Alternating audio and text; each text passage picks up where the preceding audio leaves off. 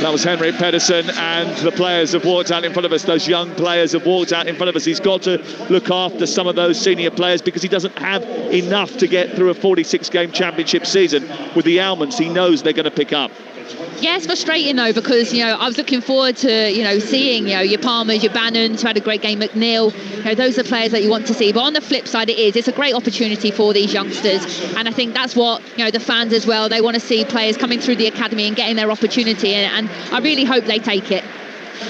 Well, I'm sure that the Sheffield Wednesday fans that are inside this ground, and there are a few down in the bottom tier of this main stand that we're in, and there is at least 15 over on the far side as well. But apart from that, the noise that you're going to hear tonight is going to be generated from the away end, away to our left-hand side, the two-tiered Leppings Lane end, where the Leeds United fans are housed, and they are in fine voice, and they have been since they walked into the stadium, and they certainly believe that their team are going to produce a victory, and they'd be mad not to, having looked at the team sheet, that is for sure.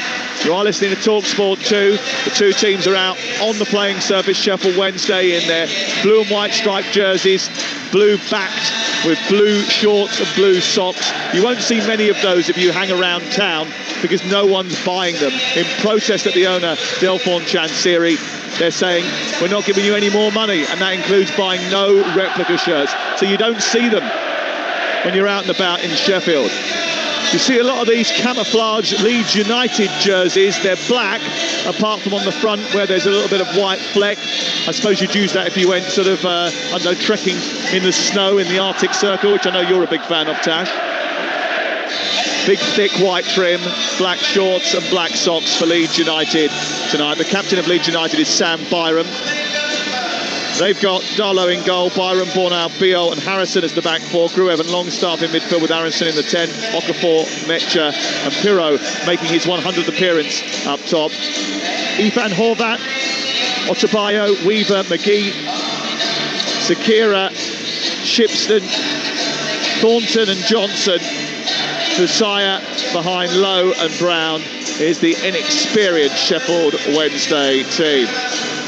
Games between Sheffield Wednesday and Leeds have been roaring since the 20s, but tonight the fan boycott and subsequent low attendance means, in parts of this ground, the atmosphere is akin to a county championship cricket match in the middle of April.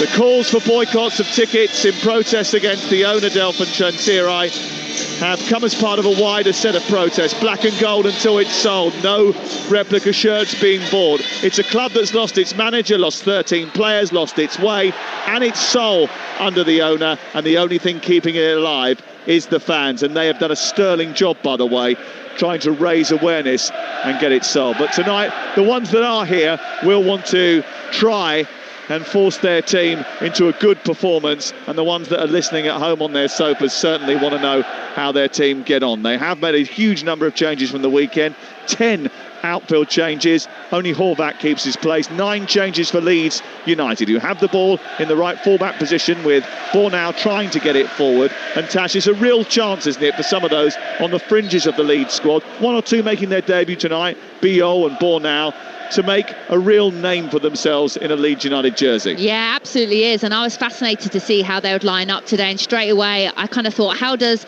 Metcha and Peru work together? You can see the number 10 Peru is in that number 10 role, and then Metcha's through the 9, and I think that's fascinating. Or Arison is off the right-hand side. So, yeah, there's a massive opportunity for them, a lot of rotation and flexibility as well, and I think you'll see that today throughout the game.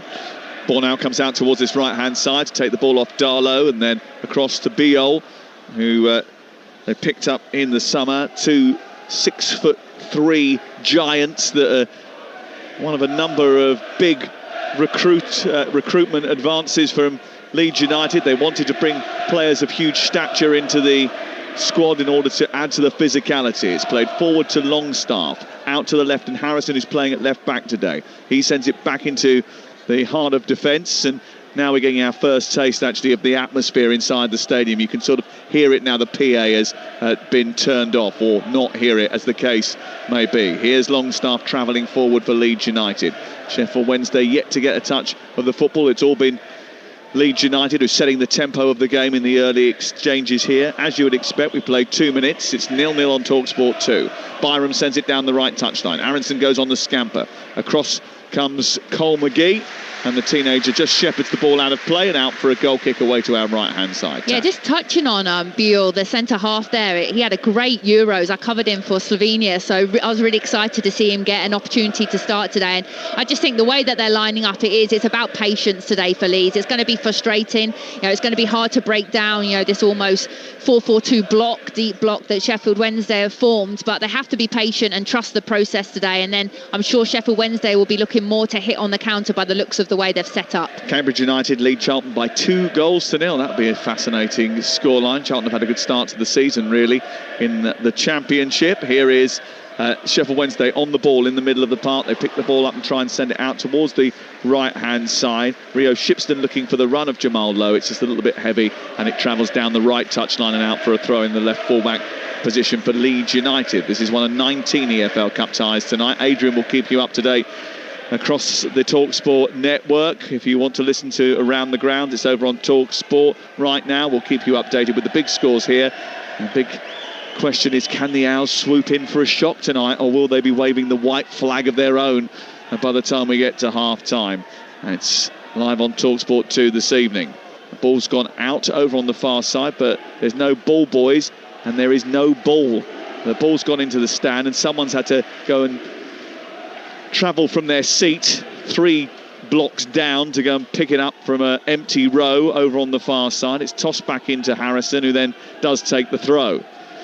Gruev dropping deep in the Leeds midfield, and he's a player who did start at the weekend, the only outfield player who did. He plays it out towards the left-hand side. Biold gets over the halfway line. Then it's into Harrison, hair tied behind his back. He was on loan at Everton for 2 seasons, and he's not entirely popular with the Leeds United fans. He tried desperately to bribe them by putting a couple of grand behind the bar in one of the local pubs before kick-off, but it didn't change much.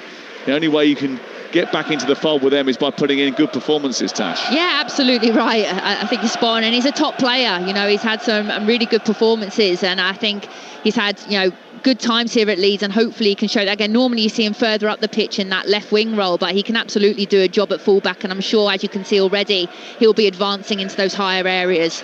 Longstaff with the cross into the penalty area. It's just outside it when Aronson brings it out from the sky. He's similarly had to reintegrate himself into Leeds' hearts. He's picked it up, turned beautifully inside the penalty area, got closed down, but the ball's run loose inside the box, and it was steered away eventually by Ernie Weaver up towards the halfway line. And as George Brown tries to escape for Sheffield Wednesday, he was crunched by Beale. Referee, who is Rob Jones today, no VAR, says play on, and the ball goes all the way back to goalkeeper Darlow, and Leeds United have possession again. 0-0. We play 5 minutes on Talksport 2. Here's Okafor, far side the left, as Leeds United look at it. Brand new signing from German football. He's done incredibly well in Austria. Didn't really settle in Germany as well as he might, but certainly he will be looking to make an impression in the Premier League. Lots of injuries caused him a few issues, and he's been signed for 13.5 million, rising to 18 million, and he will look to make an immediate impact. Here's Harrison, midway inside Sheffield Wednesday territory, wide on the left, just hesitates, turns and gives the ball back under a little bit of pressure from Rio Shipston, and the ball goes back towards the halfway line. You're listening to Talksport 2. Here's Harrison again, down the left, into Okafor. Lots of Leeds possession, just nudging the ball between the players, ensuring that they keep control of the game and set the tempo of the game. They had to play at Arsenal's tempo at the weekend, but they can decide how this game goes, what rhythm it's played at. Yeah, and to me, the rhythm's too slow. You can actually see now Sheffield Wednesday are almost in a back 5 now, with the 3 in front of them and the 2 up top. But for me, there has to be more stretching in behind, unselfish runs. Everyone's looking to come and get on the ball to feet for Leeds. You have to have those third-man runs from midfield to stretch the lines and then create that space, and they haven't done that so far. Vasaya trying to close down Longstaff, popped into Pirro, goes back to halfway. Bornau sends it wide towards the right. Longstaff made a run right from the middle of the pitch. He'll be a little bit more comfortable in black and white tonight as he settles into the Leeds kit for the first time from the start. Harrison with a deep cross into the area. It comes all the way through into the penalty area towards Aronson, who tries to tee it up on the edge of the box for Byram, who had arrived. But the Sheffield Wednesday defence was equal to it and very quickly shepherded it back to halfway. Yeah, but that's better by Harrison. I like that. He went 1v1, got in an early cross, and that's how you're going to get the chances here tonight. You can already see the spaces out wide. They need to start creating 2v1s and then look to get bodies into the box. Pirro, under pressure, gets snaffled up by Thornton, and then it's picked up by Lowe, and he runs clear over on the far side. Brown then tries to take it on, but Biol comes across, and it goes out for the first corner of the game for Sheffield Wednesday.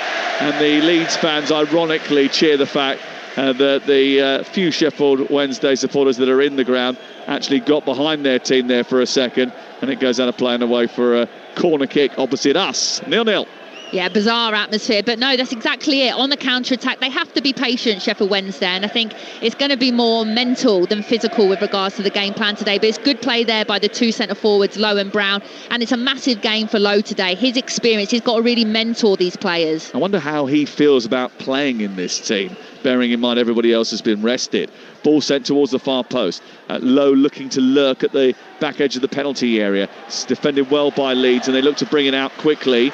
Gruev tries to nudge it towards the near side. Lowe retrieves it, plays it into Brown. It bounces back towards halfway, where it's collected by Thornton and sent back to Weaver, and then via McGee it comes back out towards this near touchline, and Thornton goes on the chase down the left hand side, tries to play a square ball to the edge of the area, but Gruev was well positioned. He won it back for Leeds United, and they have it in the right fullback position now, under pressure, and they're not being allowed to settle. There's a bit of energy about this youthful Sheffield Wednesday team.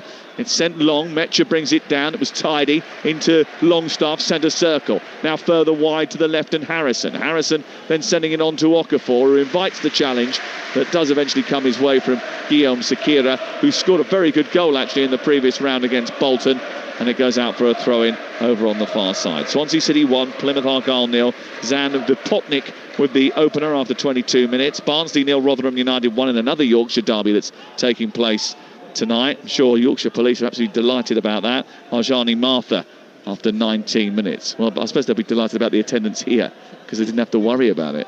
Do you know what, though? I have to say, Sam, I've been really impressed with Sheffield Wednesday, and their intensity in these first few minutes. I think they've looked really compact, they've looked composed, a lot of communication. I'm looking at the body language as well, really positive. Actually, if anything, I've been a little bit disappointed with Leeds and the way they've started this game. I think when Sheffield Wednesday do then stretch forward and commit bodies, Leeds have to attack quicker and hit the spaces that Sheffield Wednesday leave empty. We see this so often, though, don't we? When we have much changed teams in games like this, which are seen almost as not second string games, but games that are on the back burner, not the priority. And that sometimes does affect the level of performance, because if you know that you're not in the first team, sometimes it can feel as if, if everybody else is not taking it as seriously, you just come off the bridle 5% and all of a sudden the whole performance changes. Yeah, but I think it's different for Sheffield Wednesday. This is an opportunity for the youngsters. For Leeds, this is an opportunity to get yourself into the first team and be playing in the Premier League. Byram picking it up and winning it down the right-hand side of the Sheffield Wednesday penalty area. It's played infield, collected eventually by Pirro, who then tries to turn it into Harrison. It didn't reach him, but does go all the way through to Okafor over on the far side. He then travels down the left side of the Sheffield Wednesday box with his right foot, arcs the ball to the far post, headed away by McGee, but not far enough, and Byram gets there, tries to turn his way back into a crossing position, blocked by McGee. McGee holds him up well, and then Aronson comes across and then looks to try and turn away, can't quite get there. Eventually it comes out this near side. Johnson sticks like glue to Byram, and then Bornau gets it back into the centre circle, and Leeds United will build on the other side of the pitch. We've played nearly 11 minutes on Talksport 2, and it's still 0-0 between Sheffield Wednesday and Leeds United. Metcher dropping deep, trying to run at the defence. He was snuffed out of it, and then as Harrison tries to cross the ball into the box first time, it's blocked and sent spiralling away, and it goes out for a corner kick over on the far side. Yeah, I think Harrison, they're definitely getting a lot of joy down that left-hand side, Leeds, and if anything, Harrison's the one that's playing with a real purpose, wanting to go 1v1. I think the third time now he's looked to get a cross into the box, and from that they get a corner and opportunity. Yeah, Sheffield Wednesday's first team showed great character coming back from 2-0 down in Wales. It'll be interesting to see how this lineup holds up, what resolve it has. It is a local derby, it is a Yorkshire derby. That makes a difference. Here's the corner, it's in by Harrison, glanced away, And it comes out towards this near side where it's collected by Brendan Aronson. It's a good strong header that from Weaver in the centre of the defence. He's a big tall central defender alongside McGee. Both youngsters, both teenagers, 19 and 18 respectively.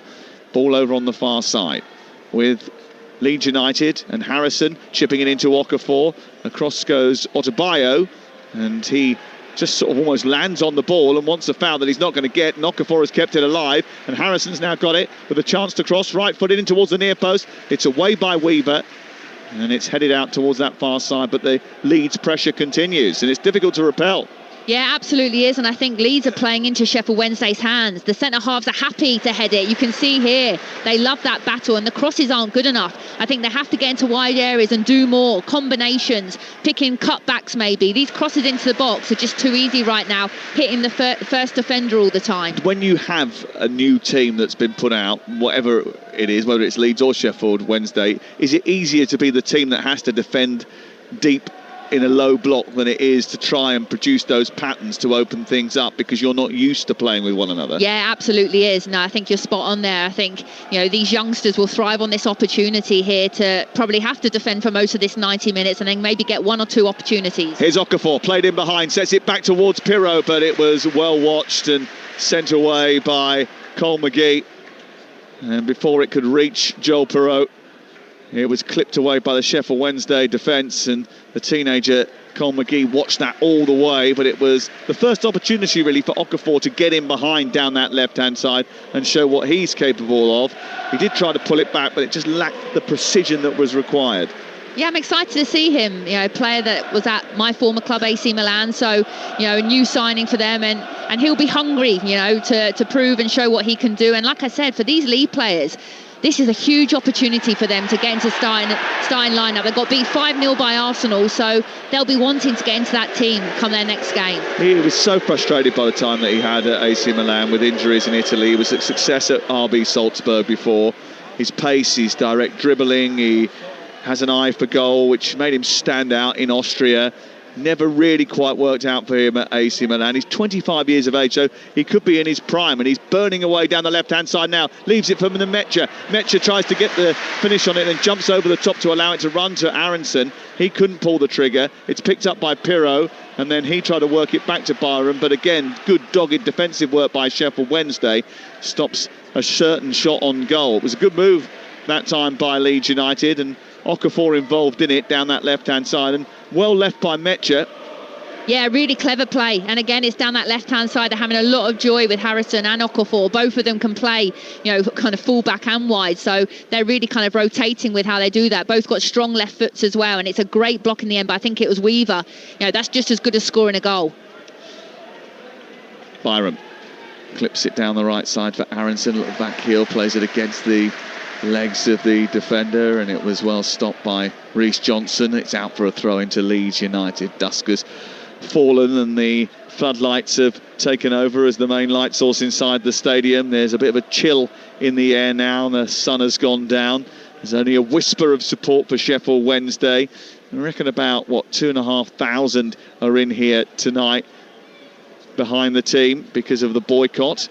Here is Byram, right side, cross deep towards the far post. It eludes everybody, goes out the other side and is kept alive by Okafor, but he almost gave it away to Fasaya. Harrison wins it back, a stab into the air, sends it into the air, falls for Mecha, who volleys it inside the 6-yard box, or on the edge of the 6-yard box, and it's stopped by the goalkeeper, Ethan Horvat, who hasn't really actually had anything to do up until that point, and we have played 16 minutes, and it retains 0-0. Yeah, it's actually a decent save. I think Mecha, you know, to get up his left leg, it was a volley in the end, and to actually get something on that and create an opportunity and test the keeper there. You know, well done to the centre forward, and he's looked a real handful in these first few minutes. Cornell has just ragdolled George Brown, and Brown has won the free kick just about 7 yards in front of the centre circle. It's going to be a Sheffield Wednesday set piece for the first time tonight. Bradford leads Stoke by 2-0. Stoke have had a really good start to the season in the EFL, in the Championship, but not tonight. Brad Halliday with the second of their goals. Bristol Rovers is 2-0 up against Tottenham Hotspur's 3-2 now against Tottenham Hotspur in the under-21s tournament, the EFL trophy. East Kilbride 2, Motherwell nil. Elsewhere, Charlton pulled one back against Cambridge by virtue of an Ibrahim Fuller goal just before half-time. It's Cambridge 2, Charlton 1. And Wolves lead against West Ham. And Graham Potter, who's had a very bad start to the season, is not going to be happy that Rodrigo Gomez has put Vitor Pereira's team 1-0 up at Molineux. Follow all of the scores and the goals as they go in over on Talksport tonight with Adrian Durham. Ball sent down the right-hand side by Leeds United, but now not happy about the physicality of Brown. Well, if he wants to play in the Premier League, he's going to have to get used to that, I'm afraid. The ball's gone out for a throw-in. It's a Sheffield Wednesday throw deep inside their own half. And Leeds, who are looking to bounce back from a chastening result of the weekend, where they were eventually picked off against Arsenal, haven't had it all their own way in this game. Certainly the odds reflected earlier on by Lee Phelps suggested that they might, but it's still goalless after 18 minutes, and Sheffield Wednesday once again just showing that they've got something about them. And Brown using his strength to chase the ball down into the corner and force Bornau into an error. It's a throw-in level with the edge of the Leeds box. I think that's the big thing as well. They'll chase lost causes. They won't give up on anything, these young players. I think the thing that I've noticed as well, especially when the Leeds centre-halves have the ball, is the lack of options they have in midfield. And I think that's where, when you look at a Tanaka and Ampadu, that some of their key players in the Championship last season, they miss that, that kind of outlet, players that are going to be brave enough to want to get on the ball. And I haven't seen that enough in the Leeds midfield today. 0-0. Johnson wants the ball played long and high towards him. He made a run from left full back into a advanced position, but Bornau was able to head it away. Drops into midfield and eventually cleared out towards this left-hand side. The Celtic-Karak game has gone to penalties after both legs have finished goalless, so it's down to spot kicks to see whether Celtic make it into the Champions League group stages tonight. That'll be a nervous moment for the boys and girls on the east end of Glasgow. Cleared away from the right fullback position by Leeds United. We're here at Hillsborough. It is 0-0 on this very odd Carabao Cup night. Second round, Bolton were eclipsed in the first round by Sheffield Wednesday on penalties. It was quite a dramatic game, actually. Finished 3-3 in normal time. Brentford have just gone ahead against Bournemouth. Fabio Carvalho with a goal for the Bees away from home. And here, Sheffield Wednesday, I think, will be pretty pleased with the opening 20 minutes, Tash. Absolutely. Do you know what? I was just about to say, Henrik Pedersen must really trust the players. I know we talked about he doesn't have the squad, but to put these players out, he must feel like they're ready. And when I'm looking at your McGee's constantly talking, I mean, they're 19. Some of these players are 18, 19 years old. And so far, they're coming up against a Premier League outfit and don't look out of place whatsoever. I've been really impressed. Well, Henrik Pedersen was Danny Roll's assistant, so he knows the players well as well. And although he's enjoyed a difficult start to the campaign, they actually haven't really been outplayed by anyone apart from Stoke. They are still without a win in the Championship. They lost twice, came back to draw at the weekend. They did beat Bolton on penalties after that 3-3 draw in the previous round. They had to deal with the sending off in that game as well. It was a difficult encounter, that, actually. Sometimes playing against 10 men is a difficult thing to do.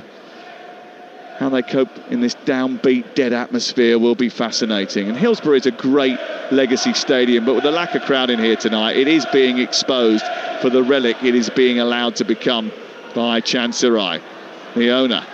And ironically, actually, as the offside flag goes up against Okafor, one of the unwitting sort of results of the fans not turning up tonight is the fact that Chancerai's name is being emblazoned all around the world, because over on the far side, the empty stand is the one that carries his name, and that's got nobody in it, so you can see the white letters that are on the blue seats. I was thinking exactly the same thing there, and just going back to the game, I think Leeds have fallen into the trap of, and this is no disrespect to the team that Sheffield Wednesday have put out, but they're a young team, and Leeds have absolutely thought they're going to come here and be able to get this game done and dusted pretty early.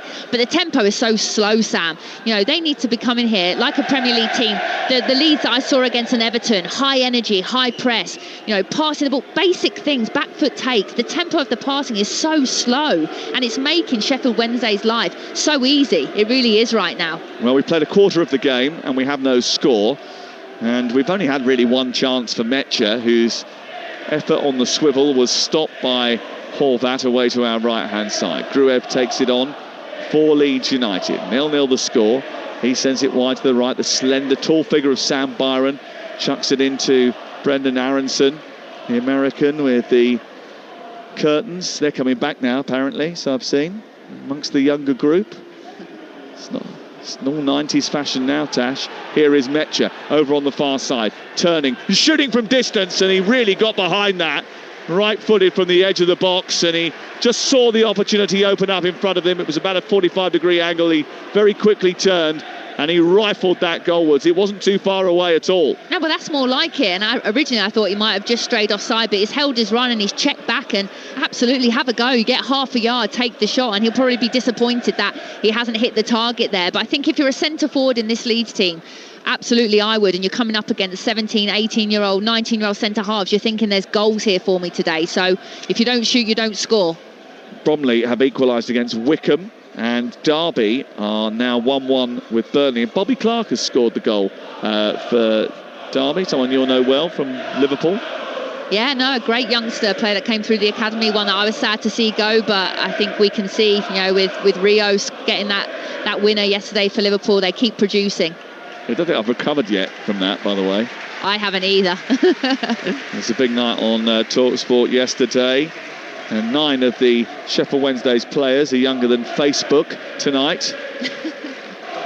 One of them who's not is Jamal Lowe, and he's attacking the ball down the right-hand side. Across goes Bonal and ensures that he goes no further, puts it out for a throw-in. It goes back to halfway, and it's played into Fasaya. He turns it round the corner. It's clipped forward into an area where Brown is going to chase Bonal, and he just about holds him off and sends it to Byram. But he's tall and stocky, isn't he, for such a youngster, George Brown?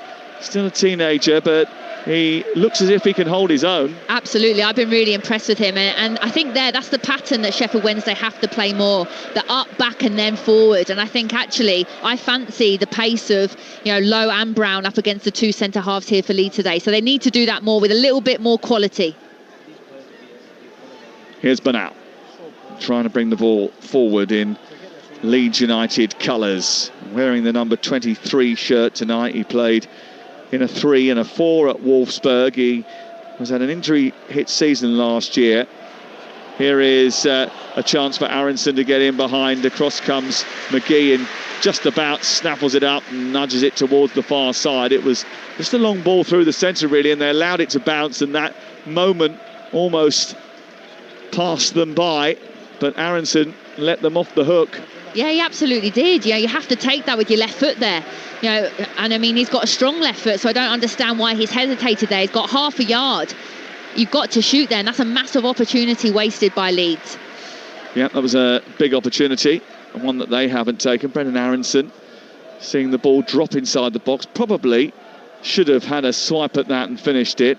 Instead, it was a swipe and a miss, and it remains 0-0. 26 gone as darkness falls in Yorkshire, and it's Sheffield Wednesday 0, Leeds United 0. Leeds United just trying to control the tempo, but not really upping it enough to force Sheffield Wednesday into making errors or being moved around so that gaps appear. And you would have thought, with the experience they've got in the team tonight, that they would want to get this job done as quick as possible, but it's taken a little bit of time for them to get into their rhythm. A couple of new players making debuts tonight. Bornau is on the ball now at the heart of the defence, and Biol, and haven't quite got into gear yet. Here is Biol up over the halfway line towards the left, and Harrison now guiding it back to Biol again. Then Bornau, who strides forward, hair tied back by an Alice Bad, and completely misses his pass to Byron. He was forced into that because of Thornton closing him down, and he didn't deal with the pressure very well at all. He played it to the invisible right back.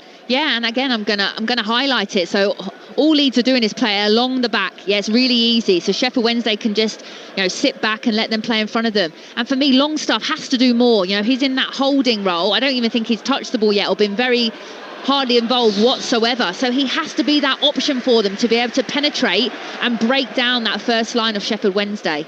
Harrison up to halfway, into Longstaff now, who is on the ball. What can he do with it? Well, he turns and looks out to the left where Harrison takes it on. He starts to drive forward towards the edge of the area. Pasaya tries to stick with him. Sekera goes out to meet Okafor. Okafor's cross aimed in towards Metja. Aronson at the far post, saved brilliantly by Horvat, who got down to his left and pushed the ball away from the inside post to stop it from being a certain goal. It was a really good cross from Okafor. Aronson may think he should have done better with it.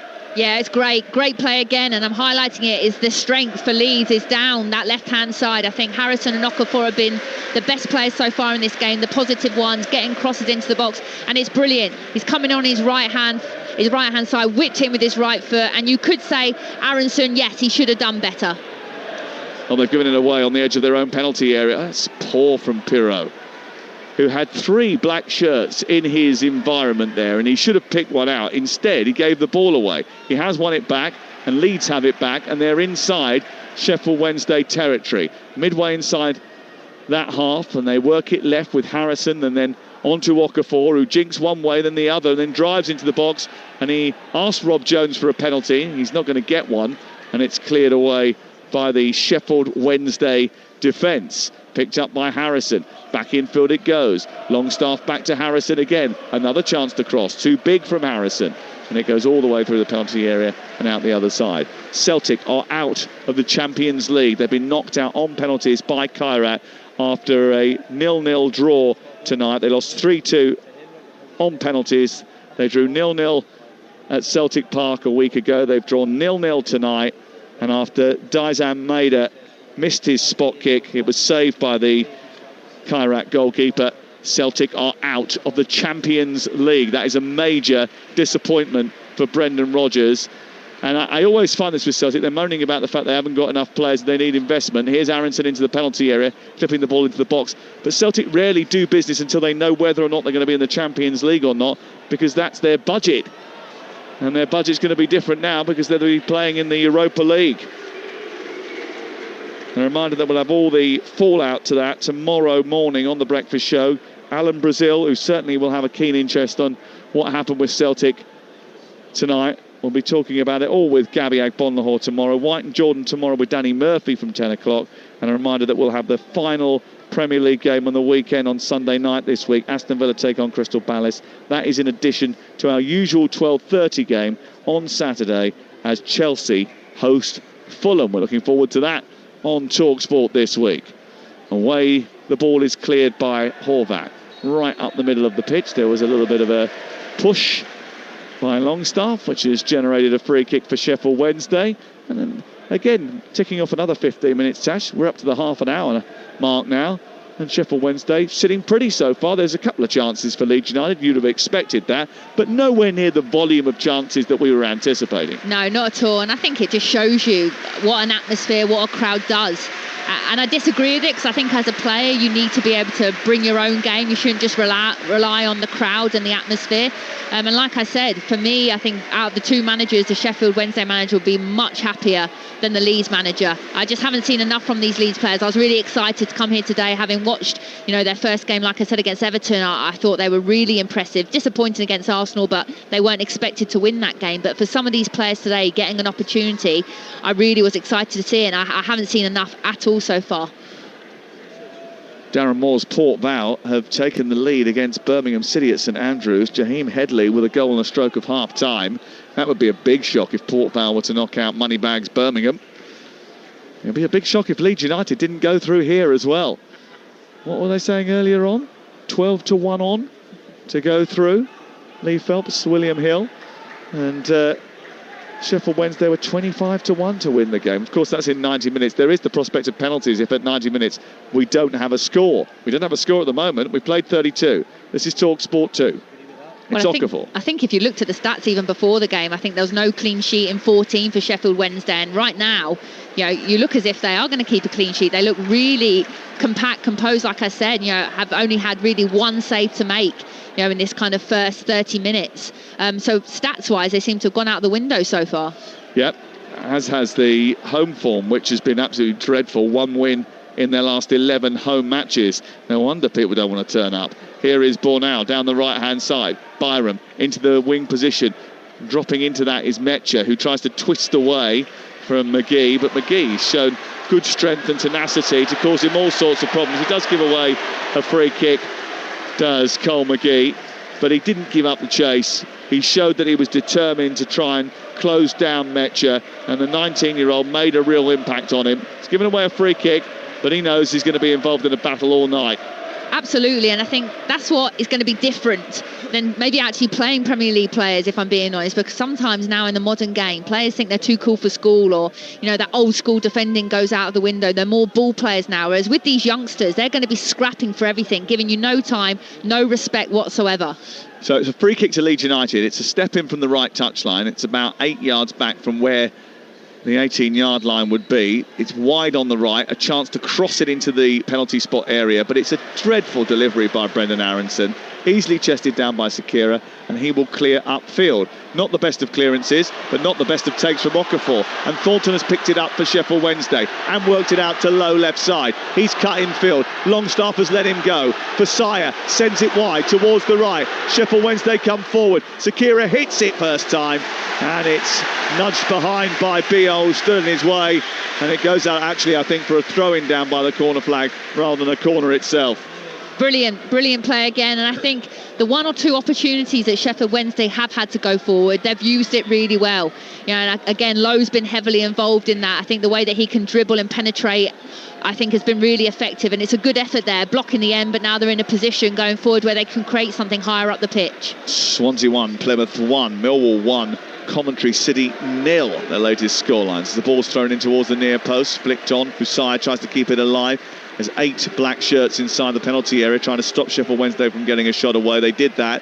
They cleared it just towards the centre circle, and now recycling it, Johnson will get it back to the heart of his defence, and then McGee just allowed it to roll across his body. There was a little panic there because he didn't realise where Metcher was, but Horvat was well positioned on the edge of his D and came and mopped up for Sheffield Wednesday. Daniel Farke said he didn't expect the atmosphere to be like the pandemic, but I suppose that's because he knew that the Leeds fans were coming as well, but largely they've been quietened by the way that Sheffield Wednesday has played, and actually that's made it even more eerie inside the stadium. He did say, though, it was going to be a tougher game than many people expected, and he's so far been proved right. Yeah, he absolutely has, and I think, again, for a Leeds fan, when they have turned up in their numbers, that would disappoint me that they haven't put on more of a show. Byram fires the ball into the box. Metcher turning, deflection, and it goes spiralling up into the arms of Horvat. All the power taken off it by the sliding challenge of Rio Shipston, and it's cleared away by Sheffield Wednesday. 0-0 the score. Talksport 2. Gruev forward towards Metcher. He's got a little bit of room here. Tries to go just away from McGee, but stood his ground. McGee gives away the free kick in the dead centre of the Sheffield Wednesday half, and Rob Jones didn't want Gruev to take that quickly. Says he's been taken from the wrong place. A little bit pernickety. I think the game actually is getting a bit more stretched as well now, Sam. I think where there are more spaces now for Metcher to get on it, get half turn like you saw there. So that's where these players have to come alive. You're definitely a centre forward anyway. That the one or two times that Sheffield Wednesday do want to go forward and commit bodies forward, when it is turned over, that's when the players have to come alive. Harrison down the left, and it's a crunching challenge by Otabayo, who might have hurt himself in the process. Nudges it out for a corner. And Rob Jones has to stop the game because they're going to need some treatment for Otabayo over on the far side. Gabriel Otabayo, who went in for that challenge, sliding across the floor.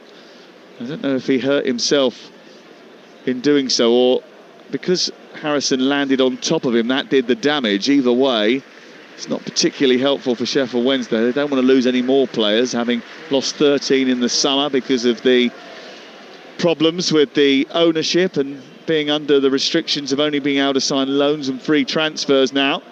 Yeah, ideally they wouldn't. He would want to carry on playing. It's an honest block, and I think by the looks of it, he'll be okay. Yes, you have your Palmers and some experienced players on the bench that can come in if needed. By the looks of it, in my opinion, I think he'll be all right. And it's a great opportunity now as well for the manager, Pedersen, to get his team in. Make sure, it's 10 minutes till half time. Get into the half 0-0. Make sure that's the case. And then the longer this game goes on, the more frustrated Leeds are going to get as well. And I guarantee Sheffield Wednesday will get an opportunity. It's just whether or not they take it. Well, in the first round, Wednesday had Bruno Fernandes, not that one, but an attacking midfield player stroke centre forward who can score goals, but also is very lively. But he's a little bit injured this week, so he's been rested. McNeil and Ugbo started that game. They've been rested. They've been left on the bench as well. Chalobah is out with a hamstring injury that's going to keep him out to mid-September. Deschamps Bernard has got a knee issue. So the problems keep mounting up for Pedersen. He can't really afford to lose Autobio as well. He's still getting treatment over on the far side, and he's passing on some instruction to the players that are down in front of us. Tomorrow night we've got Everton Mansfield from the brand new and wonderful, by the way, Hill Dickinson Stadium at Bramley Moor Dock. I went there on Sunday. It was absolutely terrific. I know you're not going to be a massive fan. Can't say I haven't been. I've jogged past it. It is absolutely superb. Izzy and I went, didn't we? Yeah, it was great.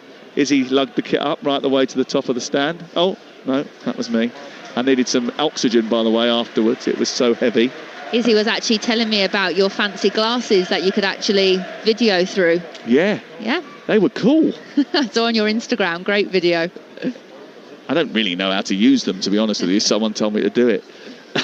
But it gave us a good view of the feeling of what it's like to come out to that stadium. And it was, very, very much like this, actually. Empty when I walked in there. But it's so steep, and you feel like you're on top of the pitch, and that'll be a great game to do tomorrow, because Ian Danta was telling me, he's commentating tomorrow night, actually, and we were chatting about it earlier, and he was saying, it's a sellout tomorrow night. They've got 9,000 Mansfield fans going as well, which just means it's going to be a great atmosphere. And Charlie Adams is going to be part of that commentary team tomorrow night on Talksport too. Meanwhile, on Talksport, Grimsby against Manchester United, which is going to be a big game. Natalie Sawyer presents the coverage. Jim Proudfoot and Dean Ashton are going to be a part of that as well. I think Izzy's getting that one as well, isn't she? Crikey, getting around the country this week. Must be because Declan's on holiday. Oh no, you love working, sorry, yeah. 0-0, 5 minutes to go before half-time. Izzy, our outside broadcast producer, made famous by the warm-up show on a Saturday morning with Max and Charlie.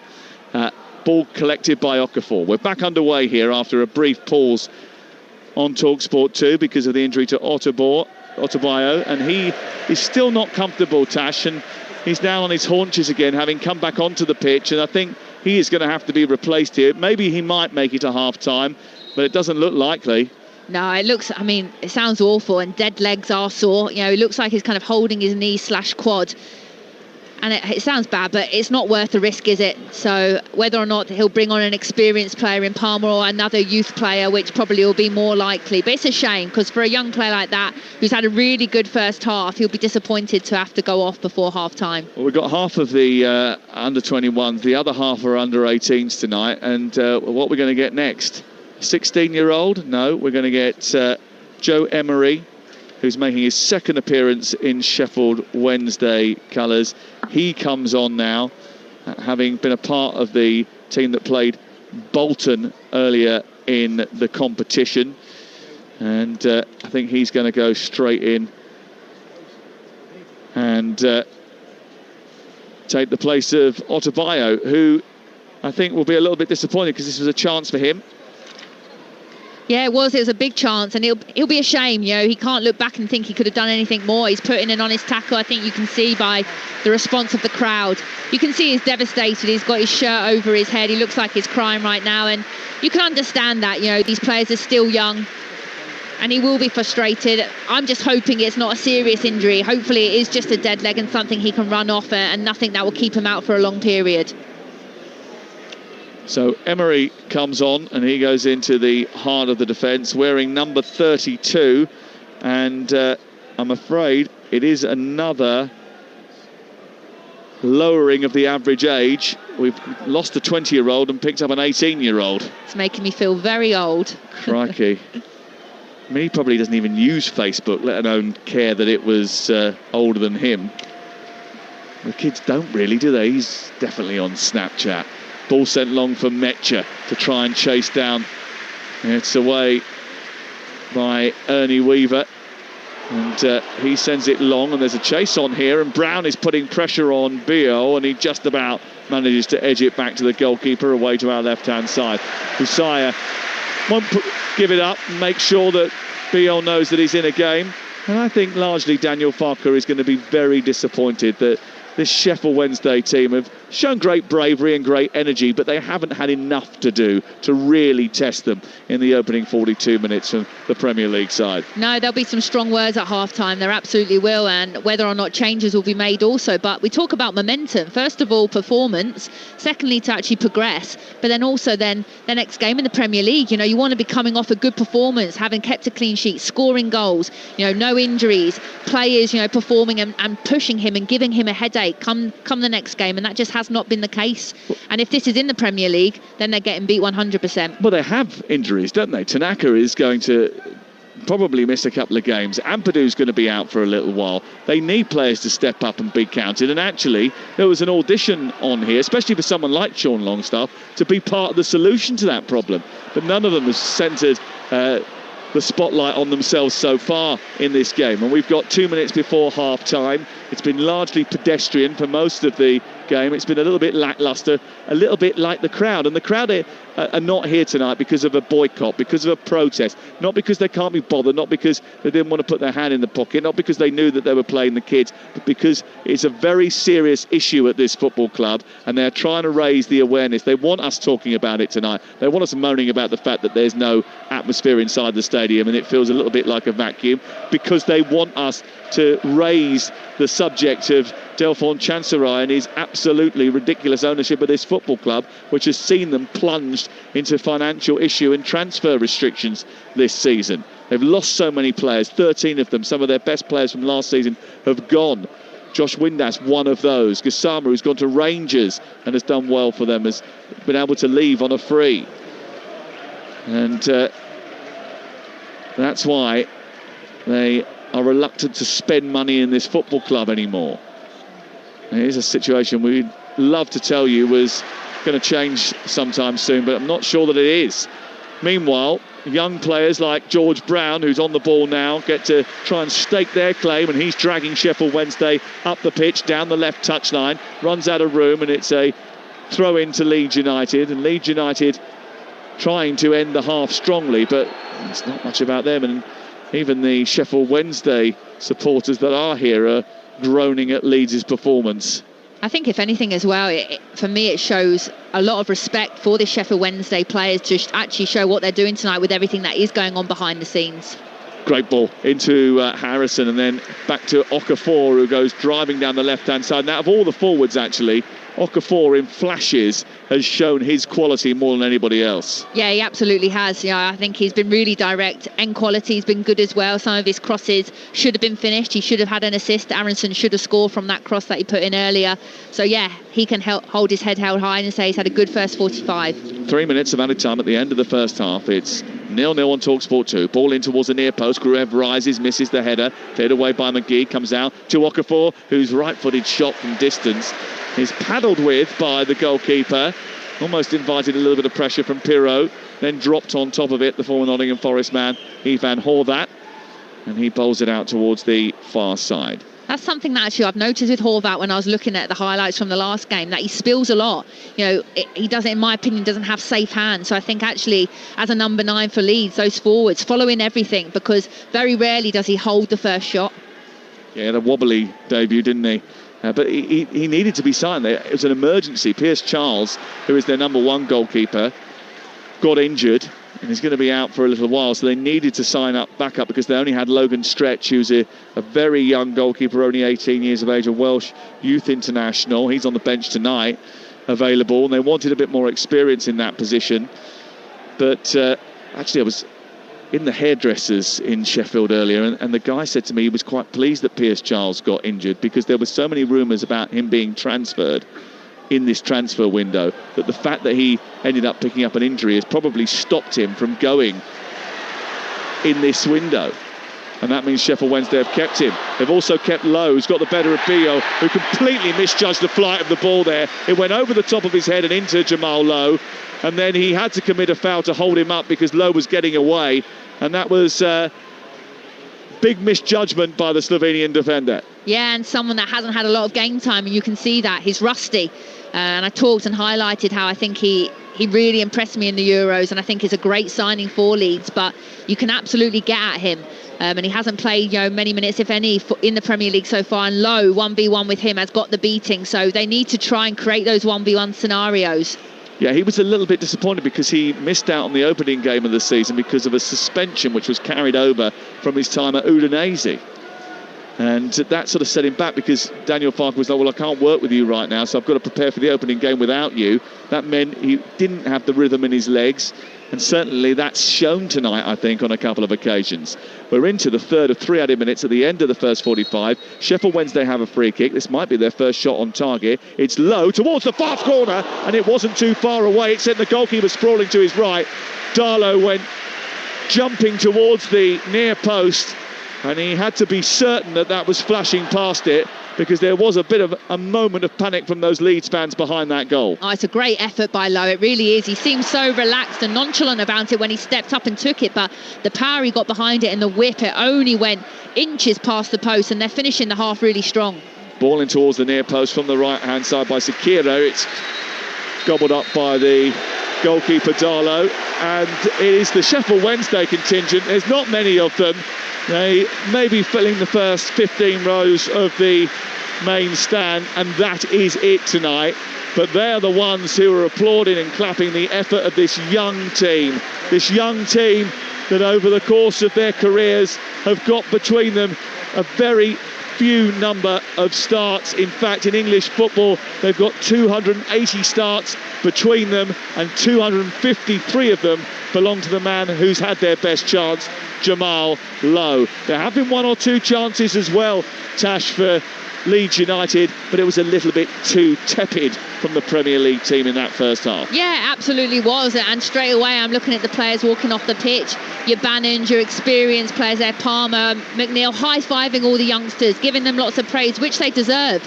It was a really good 45 minutes. Yes, they didn't create a lot. They had one effort there at the end, but with regards to the shape, the discipline, the positivity, body language, communication, you were highlighting there the numbers that they've had. That's brilliant to go up against a team that, yes, Leeds have made changes, but there's still really experienced Premier League players there that really haven't done enough at all. Yeah, and look, it's been forced upon Henrik Pedersen because he's got injuries to other big name players. Chalobah is one of those. We mentioned that they can't afford to take a risk with some of the seniors because of the fact that they don't have the numbers. So he's had to play some of these younger players tonight. He hasn't been helped by the injury to Gabriel Adebayo, but largely that defensive unit has operated really well. I've been particularly impressed with Cole McGee at centre-half, Johnston at left-back, and with Jarvis Thornton in the middle of the park, who's got around brilliantly and disrupted the likes of Longstaff and Pirot in that middle area for Leeds United. Yeah, absolutely. The defenders, what I said, they're there to defend. It's nothing fancy. Bodies on the line, blocks, old school defending, midfield players, keeping it simple, not overcomplicating things. And then you've got 2 centre forwards that are willing runners, chasing down lost causes, making something out of nothing. And I'm telling you now, if this stays 0-0 with 20 minutes to go, and then you can bring on a Bannon, a McNeil, an Ugboy, I think then game on. I really would then fancy potentially Sheffield Wednesday to cause an upset. Well, Sheffield Wednesday's record against Leeds United is absolutely abysmal in recent years, but I tell you what, they're holding their own tonight, and many people didn't think they would. And that is the beauty of the Carabao Cup in this format, where you have that shootout right at the end of the game. It isn't like the FA Cup where you have to hang on and then go to extra time and then hang on again. You know that the carrot at the end is the penalty shootout after 90 minutes, and that makes it more likely that you're going to get upsets up and down the land. Yeah, and I think as well a more lively second half, because first of all, players don't like penalty shootouts. I don't think you can name one player that would want to go into a penalty shootout. So I think the longer that second half goes on, maybe when there's 15, 20 minutes left, players will really start upping their game. And on the flip side as well, I just want to say, I think if it does go to penalty shootouts, Izzy is our jinx, because before the game she was telling me that all the games she's been involved in has gone to penalty shootouts, including the Women's Euros. So if it does, we're blaming her. It doesn't matter when it's 90 minutes though, does it? It makes it more exciting. I mean, I love it to watch, absolutely, and as a player I enjoy penalties. It depends what the shootout's like, actually, whether you enjoy it to watch. I didn't enjoy that one in the Letzegren Stadium. Yeah, that was a bit bizarre. To be honest with you, the one that I went to recently, the Community Shield, wasn't great either. All right, yeah, thanks for bringing that one up. I kind of fell into that, didn't I? Who have the world champions got in the Carabao Cup? Oh no, they don't come in into the next round, do they? Just remembered that. Okay, well, Sheffield Wednesday have struggled throughout the course of 2025, but there is something about being the underdogs in a local derby that gives you extra fight, and certainly they've displayed that in the opening 45 minutes here at Hillsborough. An empty Hillsborough because of the boycott. Not quite empty, there's still 4,000 Leeds United fans away to our left-hand side, and a couple of thousand Sheffield Wednesday fans that have made the trip just to make sure that they see their team this evening. And what they've seen is a very good performance. Half-time at Hillsborough, Sheffield Wednesday 0, Leeds United 0. Get unbeatable coverage of all the biggest sports headlines with the Back Page Review on Talksport with Tesco Mobile for Business. Every weekday morning from 6, listen to the Superstar Breakfast for all the breaking news you need to know, the latest views you need to hear, and the big name interviews you can't afford to miss. The Back Page Review on Talksport with Tesco Mobile for Business. From side hustle to startup, get business phone bills for up to 40% less than the big mobile networks. For terms and verification, visit tescomobile.com/business. The Toyota CHR. Striking design, trusted hybrid technology. Choose self-charging or plug-in hybrid. With Toyota know-how, reliability is built in. Now available at 0% APR representative over 24 months. And right now, enjoy an extra £1,500 off. Ready to go with confidence? Visit your nearest Toyota centre. Available on PCP when financed through Toyota Financial Services by September 30th. Optional final payment. Indemnities may be required. See website, conditions apply. Yorkshire tea, where everything is done proper. Yorkshire tea, where everything is done proper. Oh. Maybe not. Yorkshire, Yorkshire, Yorkshire tea, where everything's done properly. Yorkshire, Yorkshire, Yorkshire tea. Right, enough of that. How about Yorkshire tea, where everything's done proper? When you're growing a small business, you need someone who understands the ins and outs. And whether you're a tailor or an accountant, you need the tools to succeed. With an HSBC small business banking account, you'll have free accounting tools and access to our business specialists, virtually or in person. Because whatever your small business looks like, we're with you all the way. Search HSBC Small Business Banking Account to get started. Subject to application, eligibility, credit check and T's and C's. Visit hsbc.co.uk for details. Every emotion and total devotion. It's game on. This is Talksport 2. It's a live Saturday afternoon championship ding-dong on Talksport 2. Ipswich take on Derby County.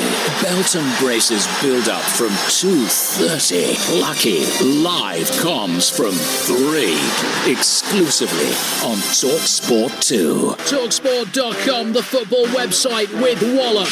Get fixtures, tables, transfer news and insider team talk. Flaming reaction, biting comment, crunchy opinions, plus see tons of funny Talksport stuff you can't watch anywhere else. Visit Talksport.com, the football website with Wallop. Available on the internet now! Only one radio heavyweight brings you unbeatable, canvas-thumping coverage of the biggest bouts in world boxing. Talksport. From the four corners of the world.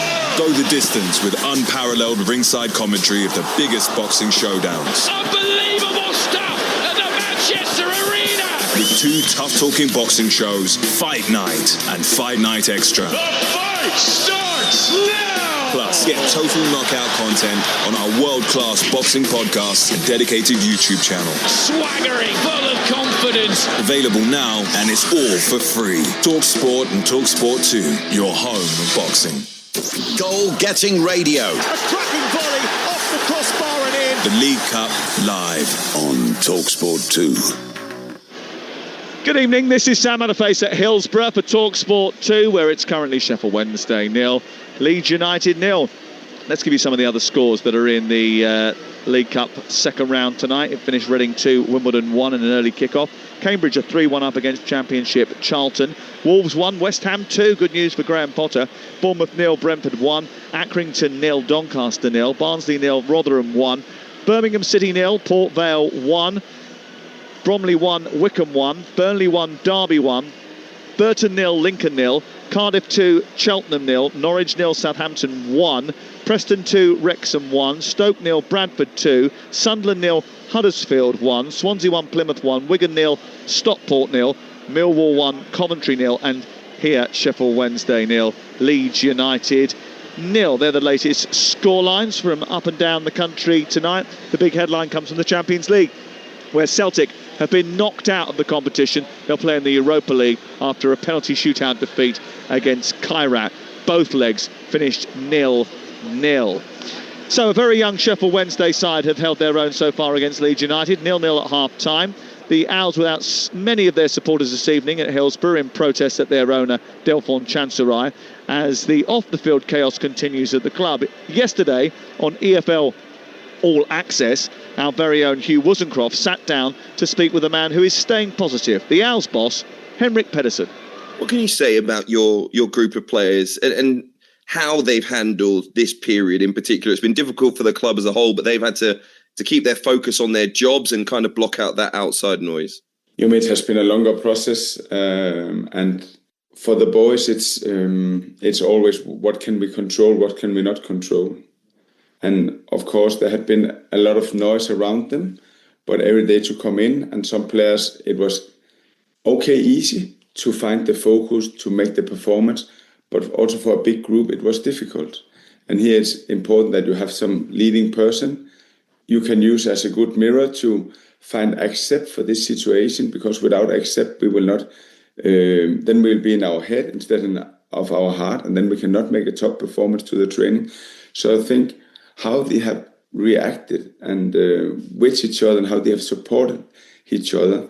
And then, of course, from my perspective, is always to see something they can't see in this situation, when it's difficult to support them, to help them, to give them a new perspective so they can have a good training or a good game. You need support to perform at the best level. You're supporting the players. Have you spoken to your owner recently? Do you know what the next steps are for the club as you see them? I think we all need support in life, and nobody can do something alone. I get a big support. I know there's young coaches I have around, but they do it really, really good. We have good medical staff. They work so hard. So everyone do all what they can to give every day. They don't think, what can I get? No, they think, what can I give? And this culture we have around, internal in the club, is fantastic. And look at the fans, it's the same. They try to give everything what they can to support us to every game. And for your next question about the chairman, yes, I'm in contact with the chairman regularly. And he do all what he can to create an environment so we also can start to sign some players. Yes, that was my next question. It's a key focus for managers at this time of the year. Do you believe you can bolster this squad, and what does it need? It needs a lot, but what do you feel it needs most urgently? Yeah, we need on two sides. We need players and we need coaches, and of course we need players. It's not. Of course we need. Otherwise, all team in the championship will have 12 players and then under 21 for the rest. So, of course, we need extra players to come in to make the squad bigger. Now we have 5 games, then we have a national team break. We have 5 games, national team break, and then we have 11 games in a row. And with 12 players plus young players, of course, it can it can be a challenge. So for sure, we need players, more players. Yep, they do need more players, and I think tonight sort of highlights that, but I don't really think that Chancerai is in the mood for giving them any more players. He stopped spending, and they've stopped spending as well, which is why the boycott has taken place tonight, why they are wearing the black and gold. And actually, I don't know if you saw it at the weekend, Wrexham was selling last season's shirt, which was a black and gold away kit, and all the profits that they made from that, they're giving to the Sheffield Wednesday Supporters Trust. That's amazing. I mean, I was reading up a lot about it, and I just never realised just what was going on behind the scenes here. You know, players not getting paid, you know, just to name a few of the crazy thing that's been going on. It's just not good enough. And if anything, the likes of, I'm looking down now at Bannon, who's just actually signed a new deal and actually had offers from Middlesbrough and I think it was Millwall, but actually stayed and was loyal and almost, you know, the owner doesn't deserve these players, you know, and the way they played tonight. You would never think that there's turmoil going on, but sometimes football is a release as well for these players to be able to almost forget about what's going on. Well, the North Stand was condemned, and there were certain parts of the ground that they couldn't use because they couldn't get a safety certificate. They've had problems, as you said, with wages. They've lost their manager, Danny Roll, because of a dispute with Chancerai. Remember, this is not a new thing either. Straight after promotion to the Championship a couple of years ago, after winning the League One playoff, they fired Darren Moore, the manager, and ended up going down a different route. Now, some might say that actually Danny Roll came in eventually and ended up doing a very good job. I think Xisco Munoz took over initially, and then he was very quickly replaced. But yeah, it's a club that's been run into the ground by Delphin Chancerai. A couple of people were saying to me today, it's because he came in, he really went for it, we were close to getting to the Prem, and then all the financial restrictions hampered him, and he's been whacked by the EFL, and he's got the hump about that. Yeah, but I think as well as an owner, you've got a responsibility, haven't you? And I think the history of this club, you know, sometimes you have to, you know, hold your hand up and actually, if anything, you know, let it go then. You know, if you can't then move this club forward and do what you did in the first place, then let it go. Absolutely. And that is what the Sheffield Wednesday supporters want. The Sheffield Wednesday Supporters Trust certainly want that as well. Live commentary tomorrow from Everton against Mansfield is live on Talksport 2. Grimsby Manchester United is on Talksport. We've got 45 minutes of Carabao Cup football for you tonight from Hillsborough. It's Sheffield Wednesday against Leeds, and it's 0-0. And Leeds United, no changes at the break. No changes for Sheffield Wednesday either. And Tash Dowie, who's alongside me in the commentary box. We have to say Leeds have got to be much better in this second half. Yeah, they have. So no changes. So for me, it's been a little bit of a talking to at half-time. And actually, okay, you've got 5-10 minutes to actually prove me wrong. Otherwise, changes will be made. Here is Beale at the heart of the defence, who didn't settle in perfectly in that first half. Clipped forward by Longstaff, up towards Pirro, a little flick, not on the same wavelength as Metcher. And then he almost gets it back because the ball was played back into the heart of the Sheffield Wednesday penalty area by Ernie Weaver, but it was a little bit loose. Horvat had to come out and come to his rescue. The 2-11s then, Wednesday with Horvat in goal, aged 30. Everybody else, apart from Jamal Lowe, who's playing up front, is under the age of 21. Substitute Joe Emery replaced Otaboeo at the heart of defence alongside Weaver and McGee. The right back is Sekira, the left back Reece Johnson, Shipston and Thornton in the middle of the park, with Fasaya, who's trying to link between the midfield and the attack of Jamal Lowe and George Brown. For Leeds United, Darlow is the goalkeeper, Byram, Bornau, Beale and Harrison the back four, Gruev and Longstaff in midfield with Aronson and Okafor playing wide, Pirro playing in the 10, his 100th appearance for Leeds United tonight, and Metcher up top. It is 0-0. And it's just dropped into its familiar pattern of Leeds having the ball on the halfway line, playing the ball between the centre-backs and Gruev, and then trying to get it down the left to Harrison and Okafor. Harrison plays it against the defender, and it comes off Guillaume Sekira and out for a corner kick, the first of the second half, in front of those Leeds fans away to our left. And that direct ball is so effective. It might not be pretty football that everyone wants to play, but I think the way that Sheffield Wednesday are setting up, Leeds have to be more direct and have to look to get the ball in behind and have willing runners. Bradford are going to knock Stoke City out. They lead by 3-0. It's 1-1 between Barnsley and Rotherham now, thanks to John Russell with a goal. Preston 2, Wrexham 2. Harry Ashfield with a goal on the hour mark there at Deepdale.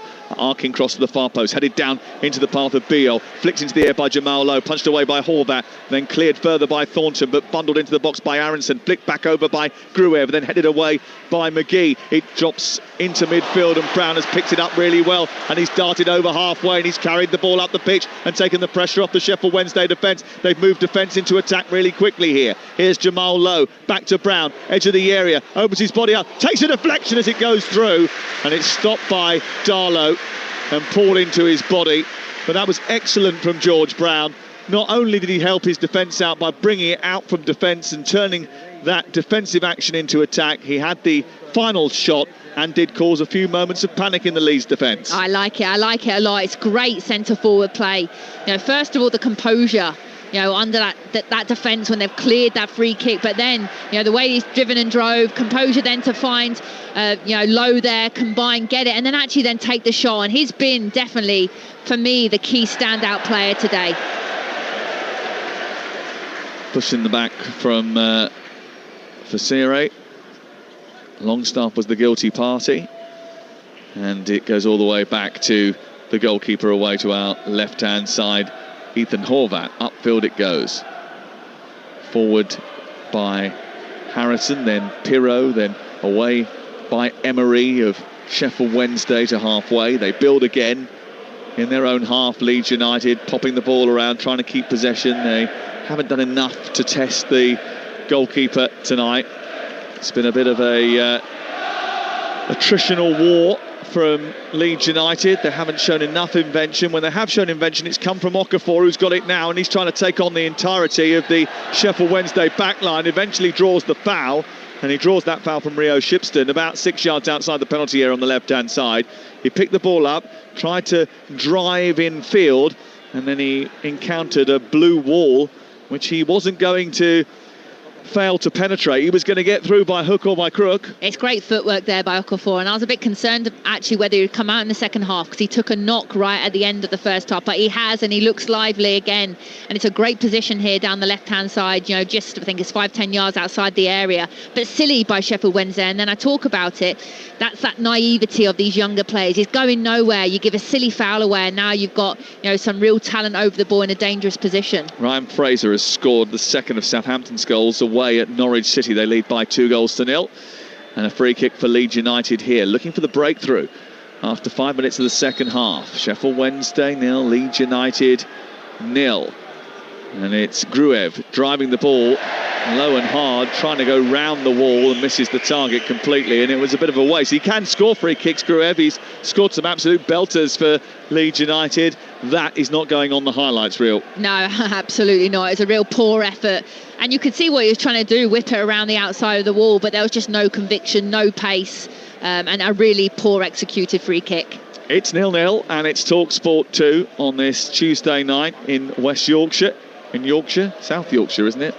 God, West Yorkshire. That's Leeds United territory. We're getting big trouble. Ball headed away by Beale. And then it bounces once inside the Sheffield Wednesday half. They wanted a free kick they're not going to get. Brown goes up for it. Gruev didn't get hold of it. And Jamal Lowe escapes down the right side for Sheffield Wednesday again. And Beale is called into action. You're right about him being a little bit rusty. I mean, he's obviously got qualities. It's why they've hired him and Bornau, but neither of them looked particularly comfortable tonight. And if they're not comfortable in this environment, it does worry you going forward about their participation in the Premier League. No, absolutely spot on. And I think that's been the biggest difference, if I'm being honest, between the two teams, is the partnerships. I think when you look at the partnerships between a Lowe and Brown, for instance, up front for Sheffield Wednesday, compared to the partnership between Peru and Mecha, it's been real different contrast, and that's the same for the two centre halves as well. And it is worrying, because you would never ever think, if you didn't know a Premier League side, you wouldn't know that Leeds was the Premier League side watching this game tonight. Beale in that black shirt for Leeds United with a bit of white camouflage on the front. At least I think that's what it's supposed to be. Black shorts, black socks, attacking the goal away to our left. Sheffield Wednesday in their traditional blue and white striped jerseys with a blue back and blue shorts and socks, attacking the goal away to our right. No one to shoot at, just the goalkeeper. There's no one behind the goal away to our right. There's no one on the other side of the pitch either. But they're coming forward, Leeds here, attacking their supporters with Byram, who's got free on the edge of the area. He was fouled there. And that was a little bit late from Reece Johnson as Wolverhampton Wanderers equalise against West Ham United. You'll never guess who scored the goal for Wolves.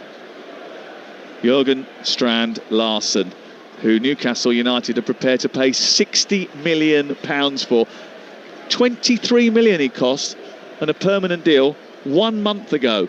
I mean, inflation's bad at the moment, but that's crazy. The world's gone crazy.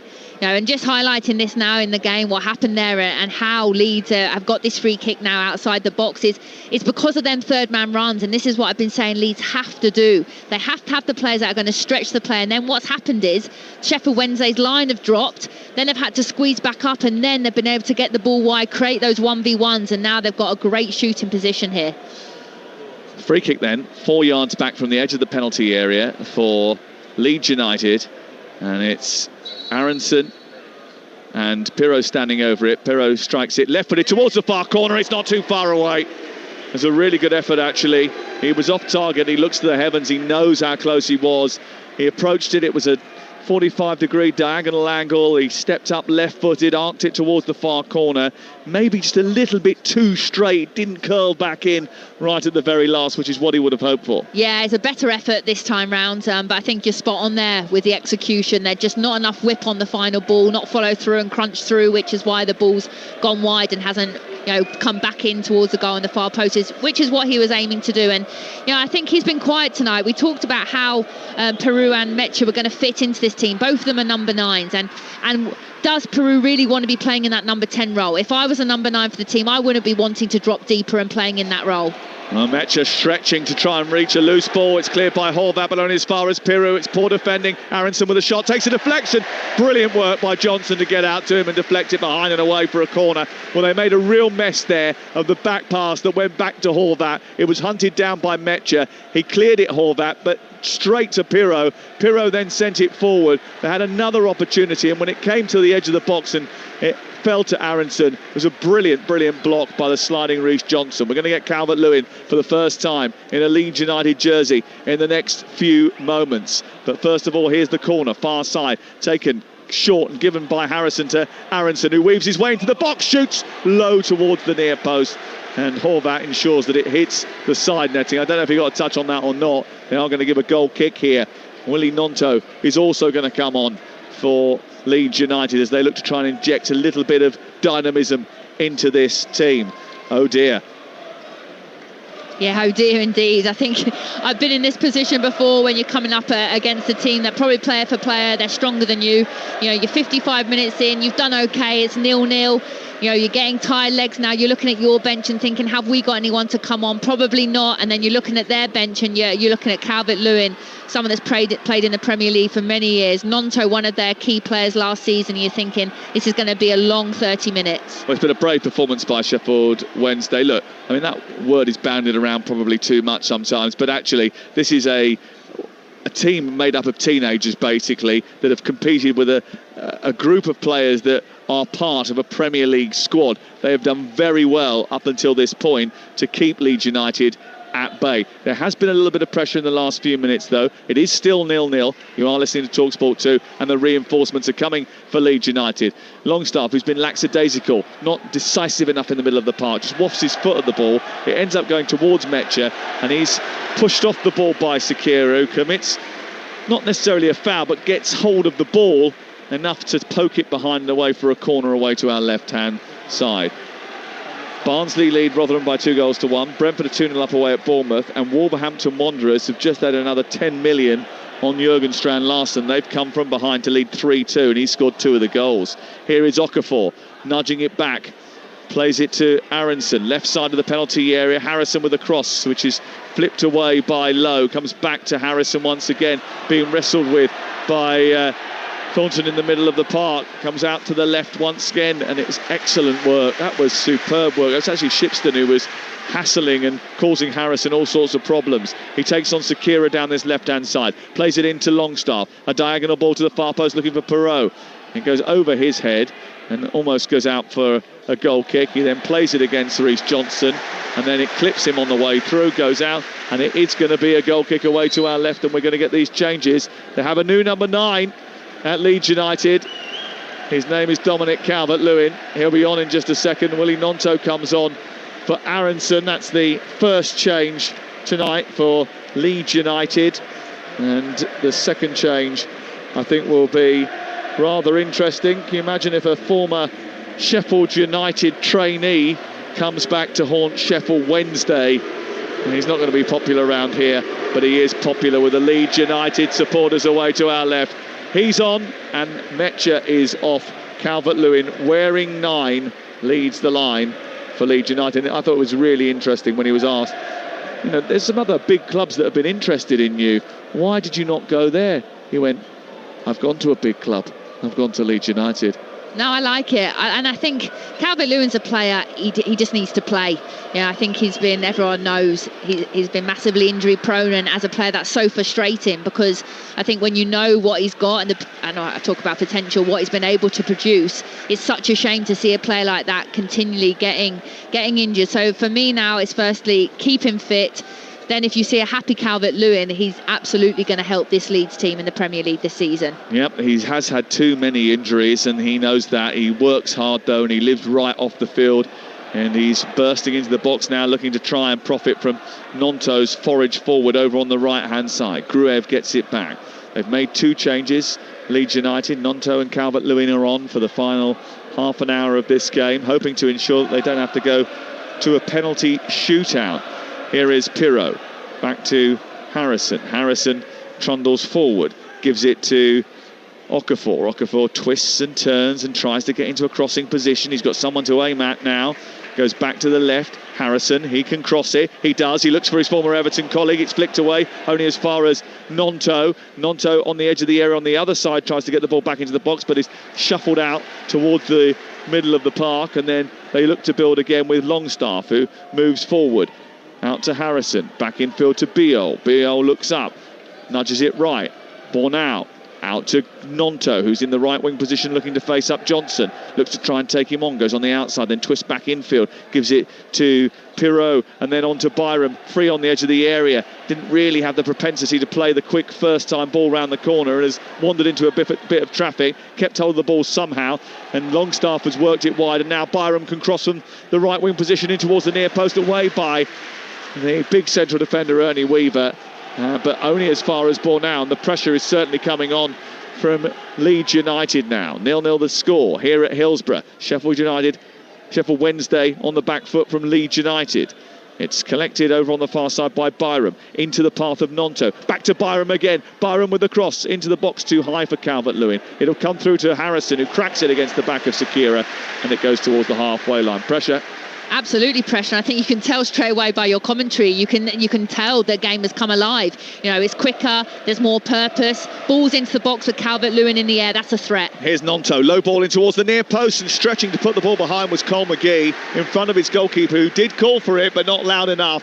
And McGee took matters into his own hands, puts it behind and away for a corner. Yeah, and you can just see now straight away what the game plan is. I mean, it's not rocket science when Calvert-Lewin comes onto the pitch, get the ball wide, get crosses into the box, and in my opinion, there's not many better in the air than him in the footballing game. So, yeah, I expect to see that kind of pattern now for the last 30 minutes. No breakthrough yet, still goalless. Calvert-Lewin hanging around the back, waiting for a delivery to come in. It's left-footed in towards the near post. It's flicked on by Bornau, but he goes through the 6-yard box, and there might have been a foul by him. The referee has given a free kick in Sheffield Wednesday's favour, and that will just be a little breather for Sheffield Wednesday, who will try and take the sting out of the game. Ike Ugbo is coming on for Sheffield Wednesday, and Will Granger is coming on too. The young 16-year-old. Yeah, I like Ugbo a lot. I think that's absolutely a positive move, and a player that has featured a lot more for Sheffield Wednesday at the start of this season. So both teams now, looking to go and try and win the game. Ugbo came through Chelsea youth system, and Will Granger, who's only 16 years of age, is making his debut. It's fascinating to see if they can make a difference in this second half. This young team has certainly worked itself into the ground. The throw-in has gone Sheffield Wednesday's way, and Sakira will take it 10 yards inside Leeds United territory. 62 on the clock at Hillsborough. Sheffield Wednesday 0, Leeds United 0. Tossed down the right. Headed forward by Brown, onto Lowe. Lowe tries to take on Bornau. He needs a little bit of help here. Sakira's trying to back him up, but he's being hemmed into a corner at the moment. He's kept it well. His cross is low. Brown tries to chest it back. It gets to the edge of the area. It's a right-footed shot by Thornton. It's saved by the goalkeeper. Lowe through the legs. It's in. Surely Sheffield Wednesday lead. Low shot squirmed through the legs of Carl Darlow, beyond the line and into the net. And Sheffield Wednesday, with hardly any supporters in the ground, with hardly any appearances to talk about, apart from that man Jamal Lowe in this starting 11, have gone in front against Premier League Leeds United. 9 of the starting 11 are younger than Facebook, but that goal's going to be all over social media. Sheffield Wednesday 1, Leeds United 0. Jamal Lowe twisting, turning, doing most of the work himself down the right-hand side. His cross came back out after a save from the goalkeeper, and his shot went through his legs, and it's 1-0 Sheffield Wednesday. And I talked about it, the one opportunity they get, they take it. And you could say Darlow should do better. Absolutely, he should. He should save it. But they've created their own luck. And again, the two best players, in my opinion, Brown and Lowe, heavily involved. Brown with a lovely little chest layoff. And it's a great effort then from the edge of the box. And then Lowe comes alive again and makes something I talk about. I love the saying as a centre forward, if you don't shoot, you don't score. He's taken the effort on. The goalie's probably not even expecting him to kind of take that shot / cross, but he should save it, absolutely. He should save it, but 1-0, and I tell you what, game on now. Sheffield Wednesday have worked their socks off. George Brown has absolutely worked his socks off. So has Jamal Lowe, who's now coming off to be replaced by Ugbo. Brown off, Jamal Lowe off, and Ugbo and Granger are on. What a fabulous result for Sheffield Wednesday this will be. A club that has got defiance. Yes, there's a boycott on tonight. Yes, there's a load of teenagers playing tonight. But this is a proper football club with proper supporters who are making a point, and the players are making a point too. 1-0 Sheffield Wednesday. Embarrassing for Farker. Here is Okafor down the left-hand side. Crosses the ball into the box. It's blocked by Emery, another teenager, and it's out for a corner. Yeah, they have to react now. And they've obviously made those changes earlier on and brought on some more experienced players, but I don't think anyone saw this coming, let's be honest. And it's going to be a massive 25-30 minutes with stoppage time for Leeds. Harrison to take the corner kick as Leeds look for a swift response. It's in towards the near post, flicked away, comes back out to Nonto, right-footed volleys, missed by 6 or 7 yards.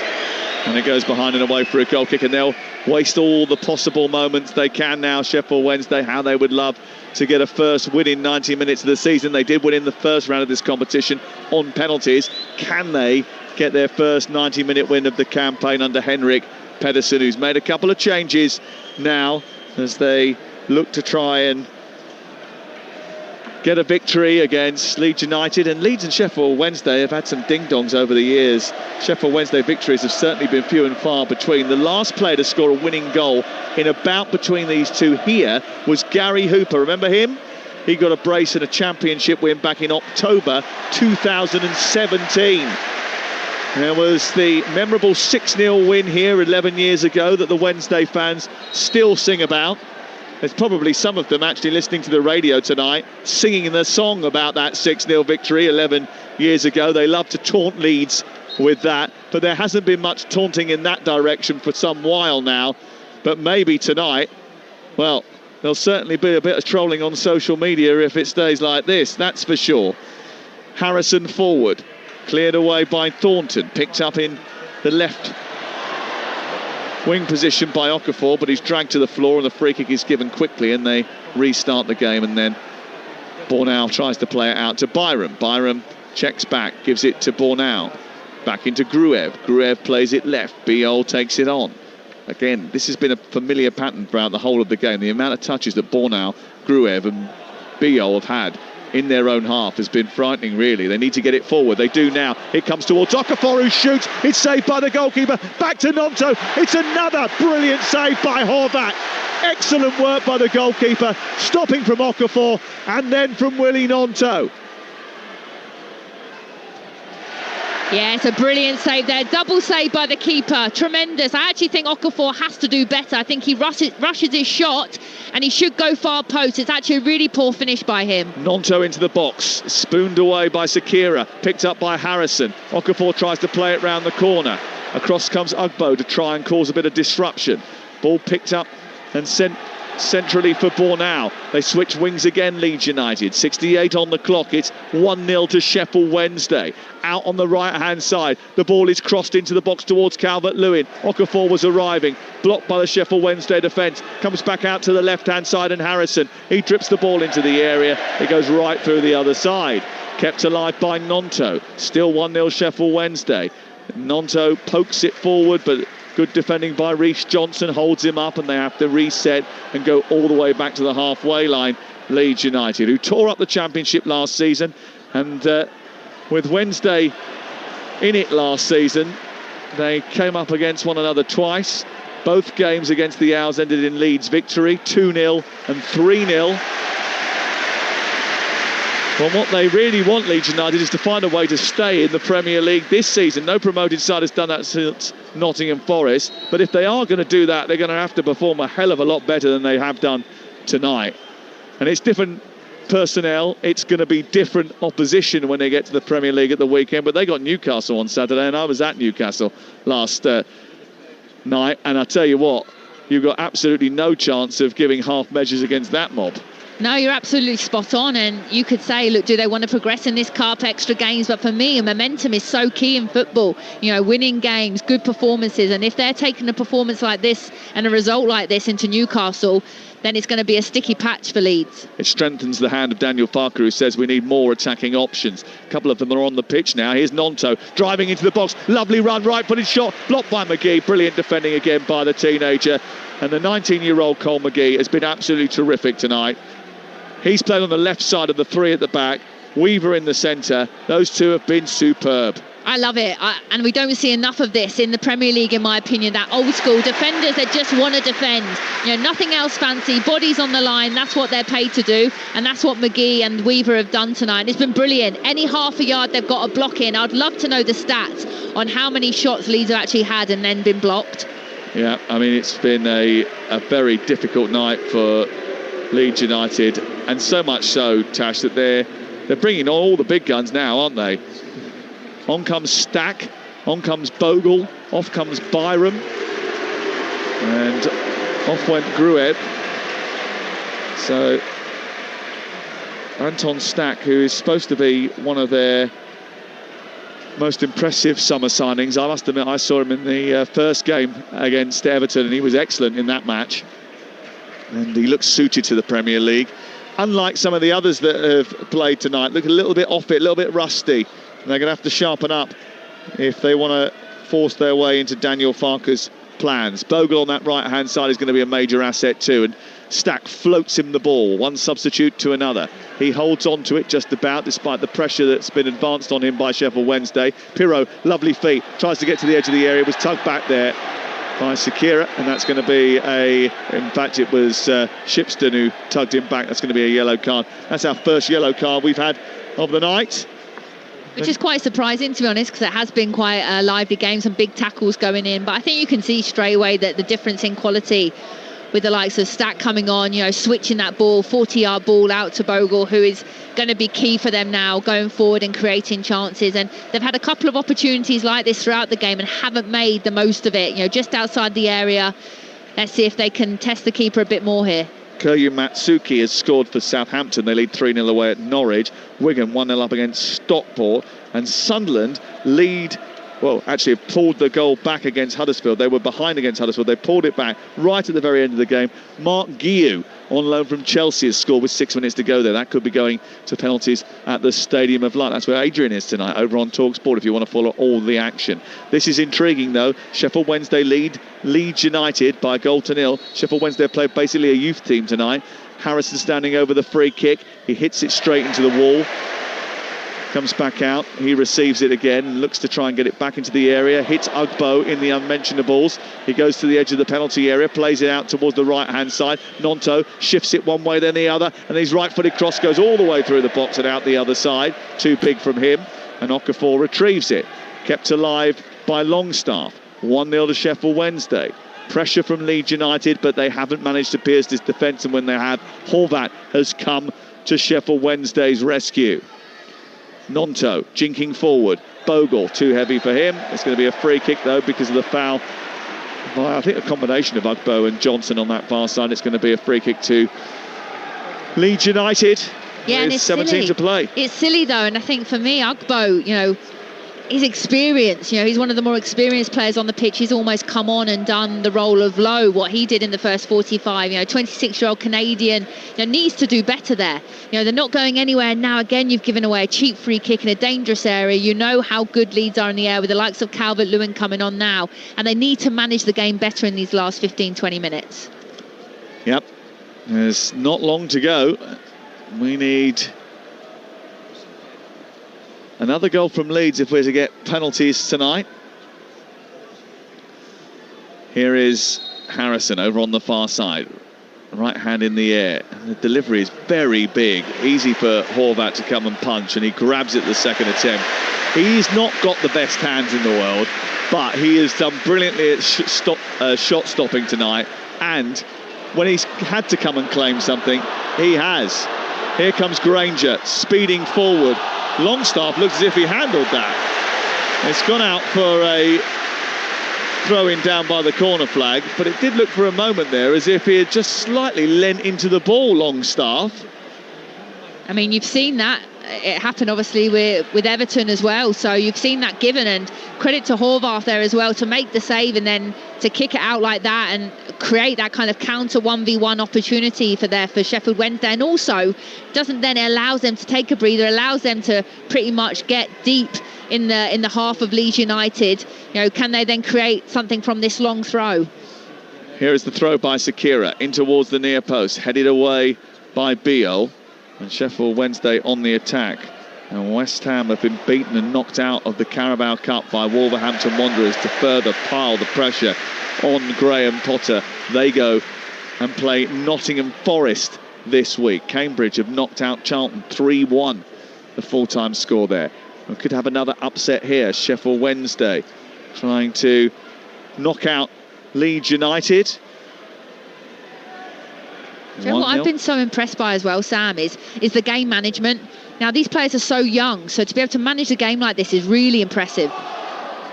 Basaya tries to get on the end of the ball, which drops deep. It's into the penalty area by Shipston. He gets challenged inside the box. Beale manages to get it away, goes down. Referee halts the play. I thought it was interesting there that, as that ball came across, it did sort of hit his chest, didn't it? And his arm went into an odd position there. Sean Longstaff, just having a look at the replay to see if we can sort of work out whether it did hit his arm. But he was in quite an intense conversation with Rob Jones, the referee. And I don't think Longstaff is the player that you want to be left back in a 1v1 situation as well. He's not the quickest of players, and he looked really uncomfortable then. Ball sent long down the right-hand side for Leeds United. Pirro into the right-wing position. It's behind Calvert-Lewin. Made a good run into the box as well, Calvert-Lewin, but he's just a little bit behind him from Pirro. Should he have held his run better, or was it the wrong ball into him? I think it was a poor delivery, if I'm being honest. I think it's a 1v1 and he has to pick him out. Well, they've won another corner down this near side, Leeds United, but they look a little bit wrong with their body language to me. They look a little bit fatigued. They look a little bit sort of down, despondent about the situation they found themselves in. They know what's coming their way should they go out of the Carabao Cup tonight.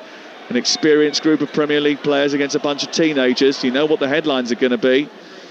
Here is Harrison into the box. It's Calvert-Lewin with a header, and he sort of turned and twisted in the air as he tried to head the ball, and it flicked off the back of his head and went wide. Yeah, that's really poor by him. It's a great ball again by Harrison. I think they've been outstanding down this left-hand side, and for Calvert-Lewin, that's a massive opportunity. The technique there is all off. His body position is wrong. He's turned his back, and really from 5-6 yards out, he has to be scoring there. I'm not even saying hitting the target. For Calvert-Lewin's kind of standards, that's what he's looking for, that delivery. Wrexham lead by 3-2, and they've been struggling tonight, but they are now in front in stoppage time thanks to Kiefer Moore. They had a dramatic game in the last round. Hull had knocked them out basically, and they came back, got it level and won on penalties, and it looks like they've knocked out Preston North End at Deepdale with the last kick of the game. Here it's 1-0 to Sheffield Wednesday, and Leeds look like they could be one of the big teams that fall out of this competition tonight. They're going to make a change here. Liam Palmer's going to come on in the next few minutes. 33 years of age, Liam Palmer. Only 4 players in the storied history of Sheffield Wednesday have played more often than Liam Palmer. He's Mr. Wednesday. Fouled by Longstaff. And Sheffield Wednesday get the chance just to waste a precious few more seconds. They've got a lot of work to do yet. Still 12 minutes to go, Tash, but they've applied themselves really well. You talked about the game management. The physicality is going to take its toll eventually, though, isn't it? Because these players aren't used to playing men's football for this length of time. No, but, 12 minutes, if they're played this long, I think they can dig in for another 12 minutes. And I talk about game management, it's also being streetwise, taking your time on throw-ins. People call it cheating, but actually it's not. It's how they can get a result, going down, keeper going down, whatever it takes now, to try and kill Leeds' momentum, taking the ball into the corners, all these things that you're kind of taught, but what I've been so impressed with is how they've actually executed it. Barry Bannon also coming on to try and stiffen that midfield. Calvert-Lewin out to the Leeds right. They're on the attack with Pirro now. Edge of the area, trying to twist and turn into a crossing position. Plays it through the legs of the referee. Harrison with a shot, which is wild. Took a little deflection from Fusaya. Chance to break maybe. Oh, it's hit the arm of Ike Ugbo. Free kick given. Leeds encouraged to come forward. Bogle down the right. Gets to the edge of the penalty area. Tries to combine with Nonto. Good defending by Johnson, who just looks a little fatigued over on that left-hand side now. Cleared upfield by Granger and into the path of Biol. And it's all the way back to Carl Darlow, away to our right. Barry Bannon wearing the 10, about to come on. Well, I spoke, didn't I, at half-time with you and said perfect scenario would be Sheffield Wednesday 0-0 and they can bring on their experienced players. This is even better. They're 1-0 up and you're bringing on players that have got over nearly 500 appearances for the club. Oh, lovely little bit of skill by Bogle to get away from the defender and into the penalty area on the attack for Leeds United. Keeps it alive, gives it to Nonto, wants it back again. It's Bogle into the box, tries to go past the defender, and Shipston does brilliantly again, but Bogle's got it back again and he's put it through the legs of Horvath and he's equalised for Leeds United. Jayden Bogle off the bench and to the rescue, spares Daniel Farker and Leeds United's blushes with 10 minutes to go at Hillsborough. They were behind the 8 ball for so much of this game, but the substitutes have taken it by the scruff of the neck, and moments before Bannon and Palmer arrive onto the scene, Jayden Bogle has fired Leeds United level. He refused to give up the ghost there. Yeah, he did, and the subs have made a difference for Leeds, that experienced players, and it's a great finish. I think for Sheffield Wednesday, they would have loved to have been able to have made the subs a little bit earlier and maybe brought on those experienced players to stop that opportunity arising. However, it's 1-1, you've still got 10 minutes to go. Now you're bringing on 2 players that have got the most appearances in the team, nearly 500 appearances each. So for me now, do you go for penalties? Are you playing for penalties if you're a Sheffield Wednesday? For me, Leeds now have the momentum. They're looking to then go and win it.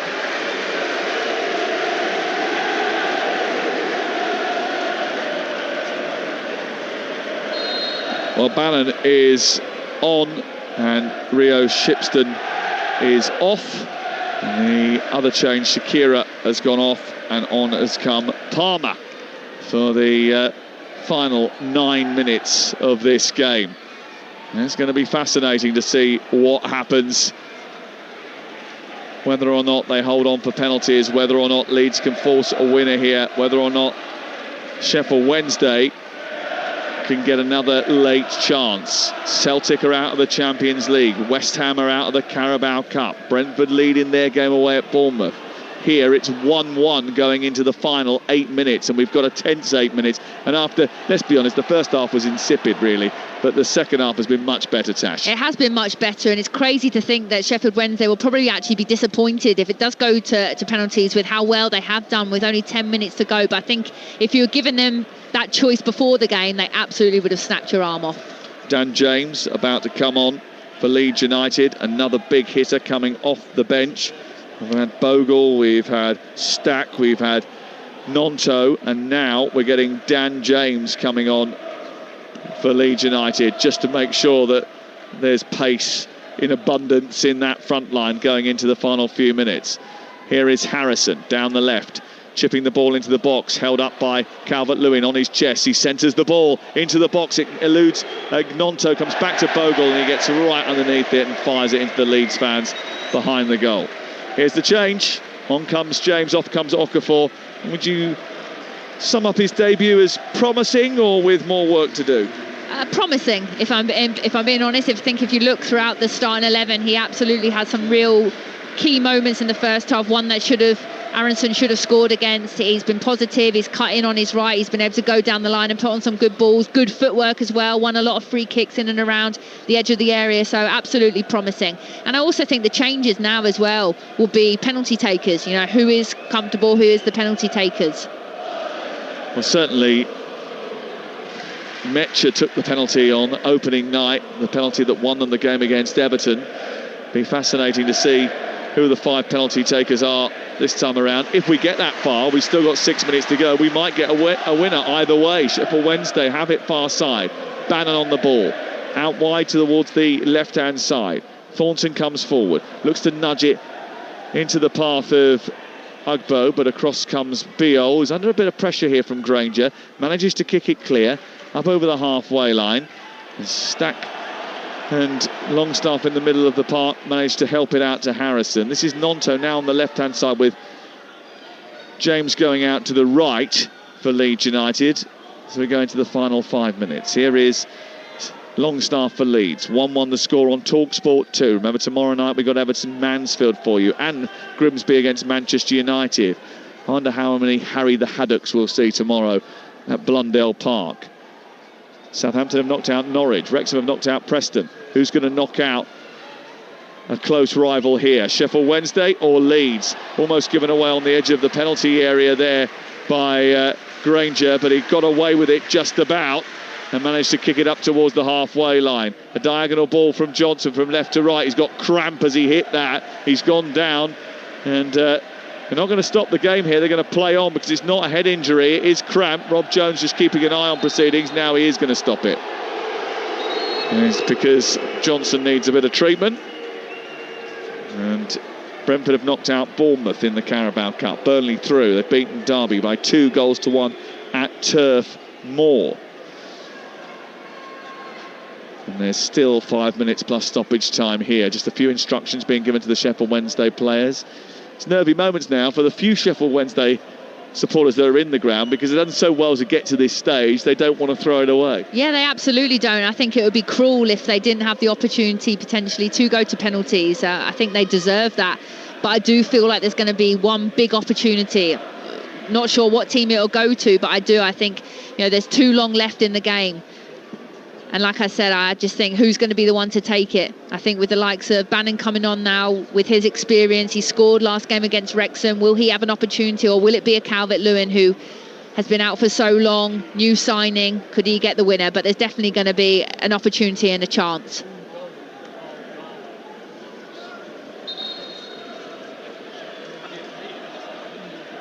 Drop ball. Leeds United have it. And it's inside their own half, about 5 yards, and just left of centre. Played forward by Stack into the path of Harrison, who I think will be pleased to get 90 minutes under his belt tonight. Playing out of position slightly, but he's seen a lot of the ball. Hasn't been perfect with his delivery. Might get another chance to deliver now, because as they travel in from the right-hand side with James having the ball at his feet, he's brought down, and a free kick is given 5 yards back from the edge of the penalty area, wide on the right. Yeah, talk about the game management, and actually I think the last 5 minutes Sheffield Wednesday have been really disappointing with the amount of free kicks they've given away. I think there's been maybe 4 or 5 opportunities in this exact spot that Sheffield Wednesday have given fouls away, and Leeds haven't punished them, you know. So whether or not now they're going to get the opportunity or not with Calvert-Lewin out his height, it's a shooting opportunity for me, in my opinion, as well. Stack with his hands in the air, the German looks like he's going to pull the hammer down this. Instead, he floats it towards the far post, looking for a ball now. It's headed back across the face of goal. It drops on the edge of the 6-yard box. Palmer manages to clear. And it's away by Sheffield Wednesday to the halfway line. 2.5 minutes of normal time to play plus stoppage time. Bogle wins a header up against Granger, the diminutive forward, only 16 years of age. Played in by Stack to Nonto. Talking of diminutive, plays it to the left. Longstaff takes it on. 2 minutes to play. The time ticking away on the big scoreboard in the corner away to our left-hand side. It's collected by Stack. Wants to switch it, but has to go square instead. Biol just in front of the centre circle. Looks up. Nudges it to Bornau. He goes wide towards the right, now taken on by James. What can he come up with here? Daniel James. They've got Harrison. They've got Calvert-Lewin. They've got James. They've got Nonto all on the pitch now, trying to score the goal to get them over the line. Pirro's still on the pitch. There's loads of forward players for Leeds United trying to get the winner as James gets it off Bogle down the right side of the area, loops the ball back across the face of goal, looking for Calvert-Lewin. It's just over the top and lands on the roof of the net, and it goes behind and away for a goal kick. Yeah, it's lovely combination play down the right hand side between Bogle and James. And I talk about being patient, which is hard when there's only a few minutes left in the game, but you know you're going to get maybe 1 or 2 opportunities less, so you have to be patient. You have to make sure that you play the right ball and you don't force things, you know. So I think Leeds have done that really well these last few minutes. They've been getting it out into wide areas, creating those 2v1s, knowing that if they get a decent ball into a decent area, Calvert-Lewin can get on the end of it. But it's whether or not Sheffield Wednesday can just hold on.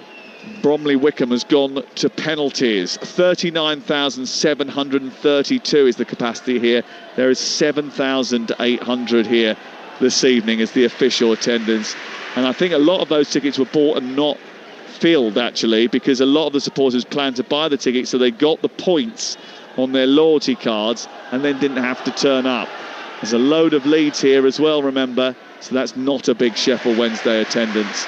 Not a big Sheffield Wednesday attendance at all. That shows you the boycott worked tonight. That shows you that people are talking about it tonight. It shows you that there are real problems here at Hillsborough. But they've got some good young players, that's for sure, and they've worked their socks off tonight to stay in this game, and they are 15 seconds away from the end of normal time and a penalty shootout. Dan James has been dragged back by one of those young players who's been excellent tonight, Reece Johnson. He's got a yellow card. I'm not too sure he's fussed about that. No, he's not. And I think as well, we talk about what Sheffield Wednesday have actually got out of this game. Well, for me, straight away, it's saying, well, you can trust these players now. You know, going into the rest of the season, they can do a job. Yeah, they've auditioned for roles on the fringes of the first team, haven't they? And I think there's quite a big pull from them to draw from now. But they've got to ride out these final 5 minutes of injury time at the end of the 90, at the end of this Carabao Cup, this intriguing Carabao Cup second round tie. Leeds have a free kick, right side, Stack into the centre, and it's hit towards goal by Calvert-Lewin, and he's missed from 7 yards. Well, it was easier to hit the target, surely. It came across his body. He just thrust the ball in the direction of the goal and he missed it. It's a huge opportunity in stoppage time for Dominic Calvert-Lewin to be a hero on his Leeds debut, and he's fluffed his lines. Yeah, he has. There's no way of shying about it. It's a poor, really poor finish.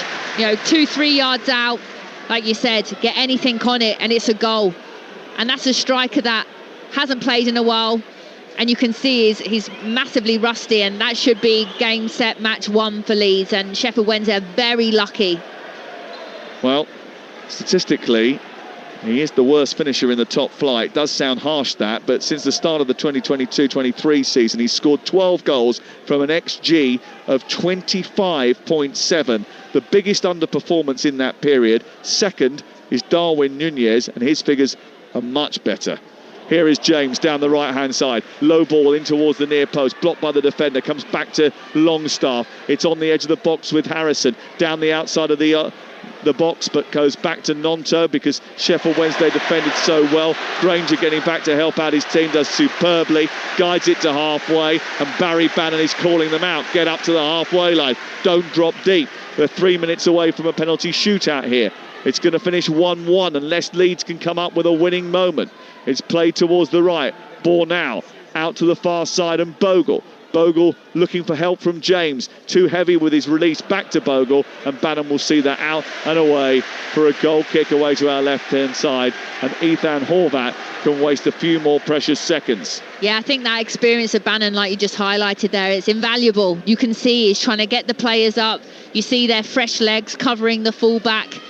They really have put everything into it. So for me, it'll be so cruel. Even though Leeds should have got the winner then, it'll be really cruel to see Sheffield Wednesday get knocked out. So that's why I'd like to see it go to a penalty shootout. It can happen to anyone as a striker when the ball flashes across the box. But what should he have done better as a striker yourself? How could he have better handled that situation? It's one of those ones that you think you've scored before you've even contacted it, and it's that intensity. You're switching off. You're too relaxed. Your body is too relaxed. So for me, he's hit it too early. The ball has to come across. He has to allow it to come across his body, and then what I say, punch into it, step into it. But I've been there, absolutely. I'm not going to sit here and pretend I haven't missed a goal like that before, and it's one that you absolutely don't forget, and it haunts you. I missed one once playing five-a-side from a yard, and it still haunts me. Well, I missed a penalty against Joe Shannon in the Euros, which will haunt me for life. Really? Hadn't mentioned that. Surprised you haven't brought it up tonight, to be honest. Or shown us the drone footage. Oh, don't worry, that did the rounds in the commentators group. Here is Harrison forward towards the left. Nonto down the side of the penalty area. Low ball, Calvert-Lewin stopped again by Horvat, who makes another massive save. Calvert-Lewin sliding into the penalty area, looking to meet Nonto's cross, but he only met Ethan Horvat, who's been the hero for Sheffield Wednesday. That's a better save, and actually I don't think Calvert-Lewin could have done more there. I think that's just a really good save by Horvat, and he's had 2 or 3 key saves tonight. Yeah, he has. Pirro, one of the heroes, many of them in blue and white tonight. They've been excellent. They've determinedly and doggedly defended their goal. 18, 19, 20 years of age, all of them worked incredibly hard. That back three, Emery, Ernie Weaver and McGee have been superb. But here's James and here's Calvert-Lewin. The ball's popped up off Horvat. It's cleared away by Weaver. And once again, Sheffield Wednesday survive. They've done brilliantly, those boys at the back, and they are boys at the back. Yeah, they really are. I think Calvert-Lewin could have had a hat-trick within the 10 minutes that it's been on the pitch, and it's just not been his night tonight in front of goal. Emery, Weaver and McGee, the back three. 18 and 19. Reece Johnson, 19 years of age, the left back. In midfield, Jarvis Thornton, 19 years of age. Sean Fusaya, 20 years of age, the Irishman, in the heart of midfield. Brown, who led the line, a teenager for much of the game, did brilliantly. Granger, 16, who's come off the bench. They're going to hold Premier League, Leeds United, that have got Calvert-Lewin, Nonto, Longstaff, Pirro, James, Bogle, Harrison, stacked, all on the pitch right at the very end.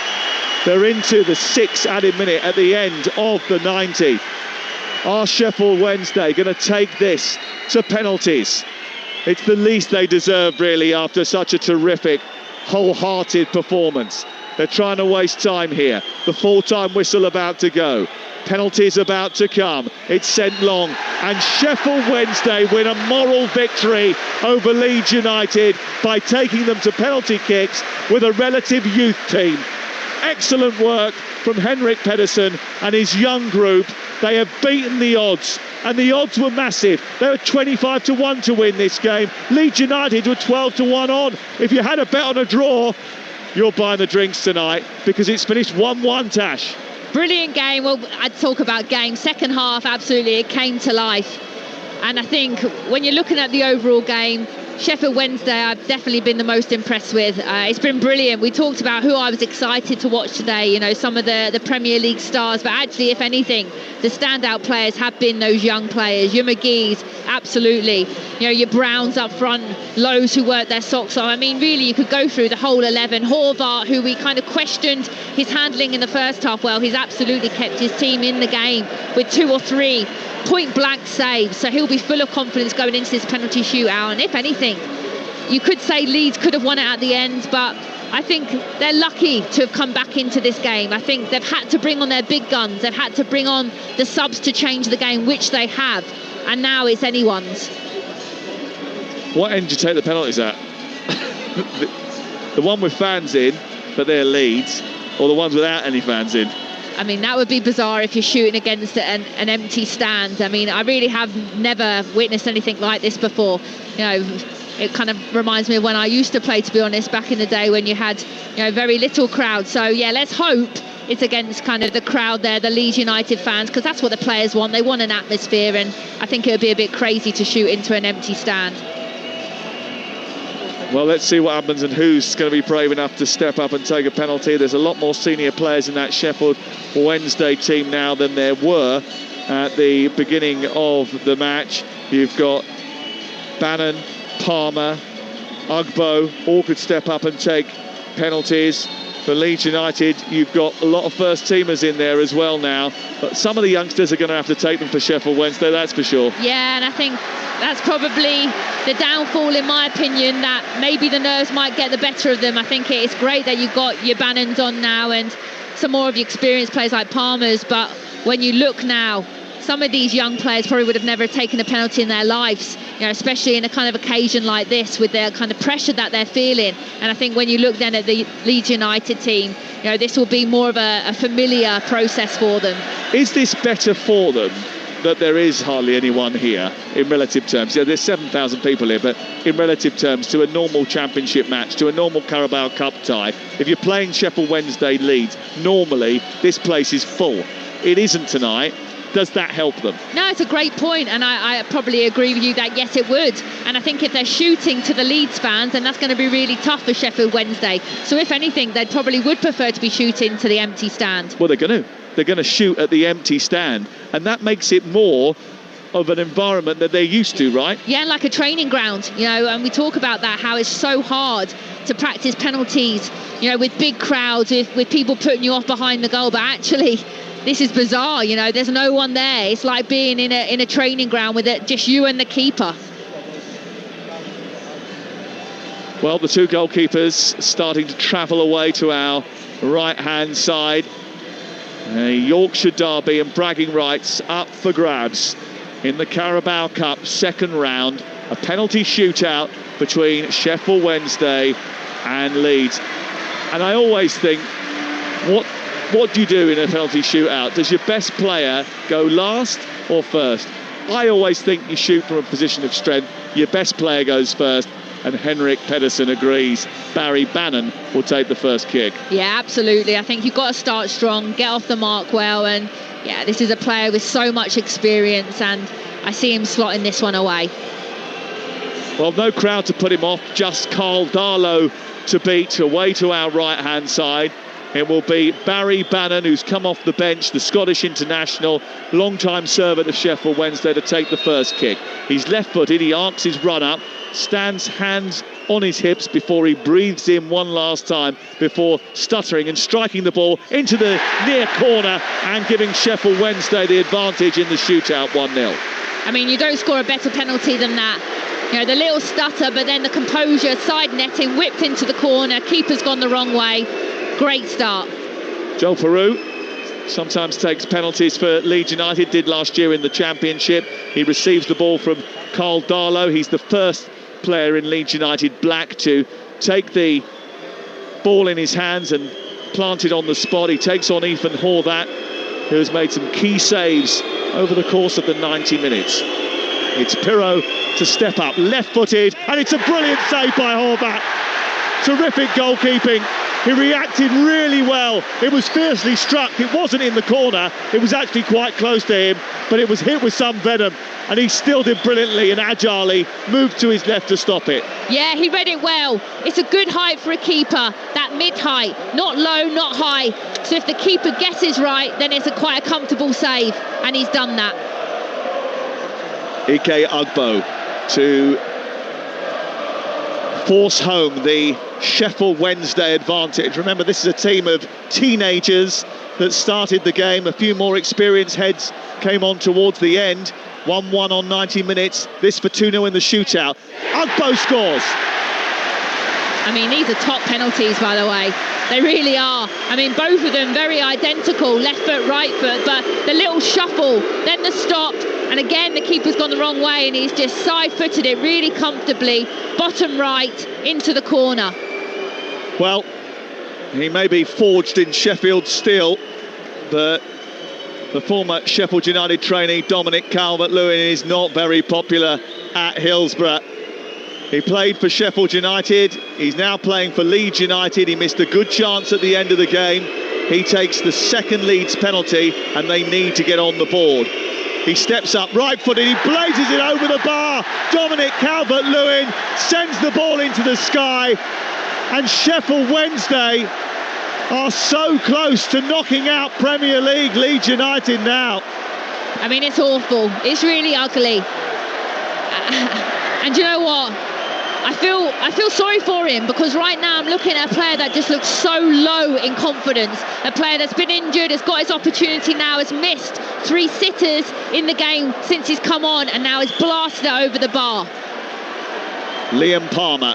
Only 4 players in Sheffield Wednesday history have played for the club more often. He has the chance to make it 3-0 in the shootout. He steps up, right-footed, drives it in, sends the goalkeeper the wrong way. It's 3-0 and Leeds have to score to stay in the cup.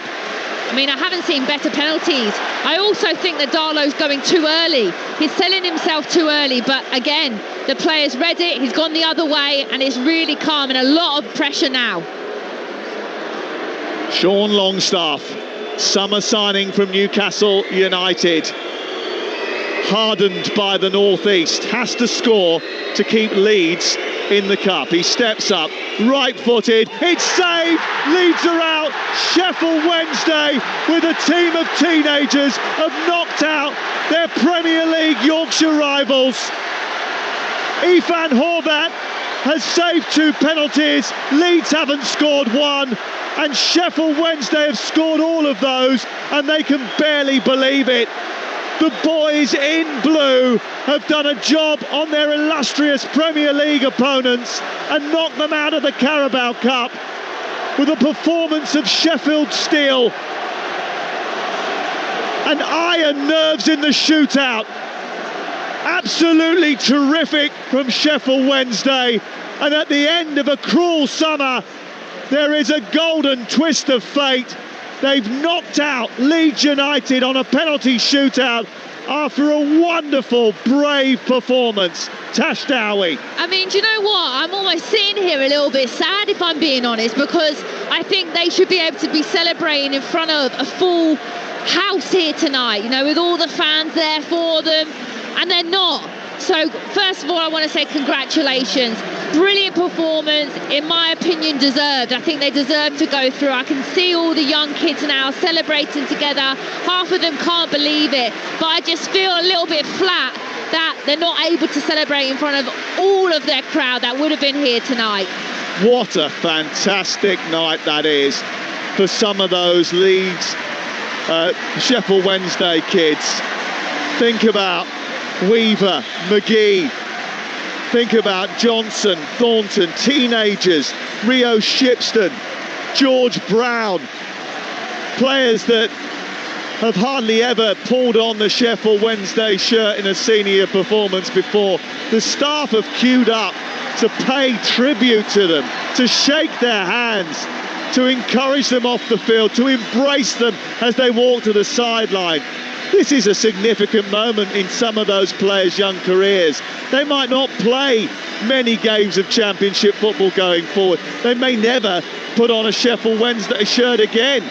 but tonight they've represented this club, this city, with pride, and amidst the backdrop of a boycott, they have done themselves proud and this city and this club proud. Oh, it's a day and a night that they'll never ever forget, put it that way. But I'm telling you now, we're going to be seeing more of these players, and I will be amazed if not more of these players are now playing first team football regularly for Sheffield Wednesday, because they did not look out of place whatsoever. And that down there looks like a really tight group. Respect for the managers, respect for each other, and I think that will go a long way for them this season. I mean, it's outstanding for them.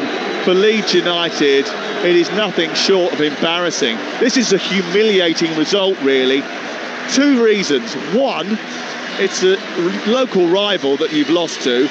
And two, this is a team full of Premier League talent that have gone out to a bunch of Championship kids. Yeah, and I mean, I almost don't want to take away from what Sheffield Wednesday have done, but if we are flipping it on to Leeds, it's poor. It's really poor. And for a team that have started the Premier League pretty strongly, getting a good result against Everton, yes, not great against Arsenal, but have shown good signs, it's not good enough. And you can see there the Leeds goalkeeper just thrown his bottle. He's not happy whatsoever, but it's not good enough. You know, you have to turn up, and they haven't, and this is one hell of a shock result. But I want to just praise and keep talking about Sheffield Wednesday and these kids today. They've been brilliant, absolutely brilliant. Ifan Horvat, Otabayo had to go off injured. Emery, who came on as his replacement. Weaver, McGee, terrific at the back. Sakira, only 20 years of age. Shipston, Thornton, Reece Johnson, Fasaya, George Brown. Obviously the players that came on, Granger, another youngster. Then the experience of Lowe got the goal so brilliantly. Ugbo, Palmer, fantastic performances, one and all. Leeds United, there will be an inquest, I'm afraid. Those fans who came here tonight were expecting an easy victory. It was 25-1 for Sheffield Wednesday to win in normal time. Leeds were 12-1 on favourites. Massive odds. Somehow Sheffield Wednesday and their kids have beaten those odds. A brilliant performance, an absolutely wonderful performance. And I tell you what, there'll be some that have experienced a bittersweet moment tonight who support this club, because they will think, I should have been here for that.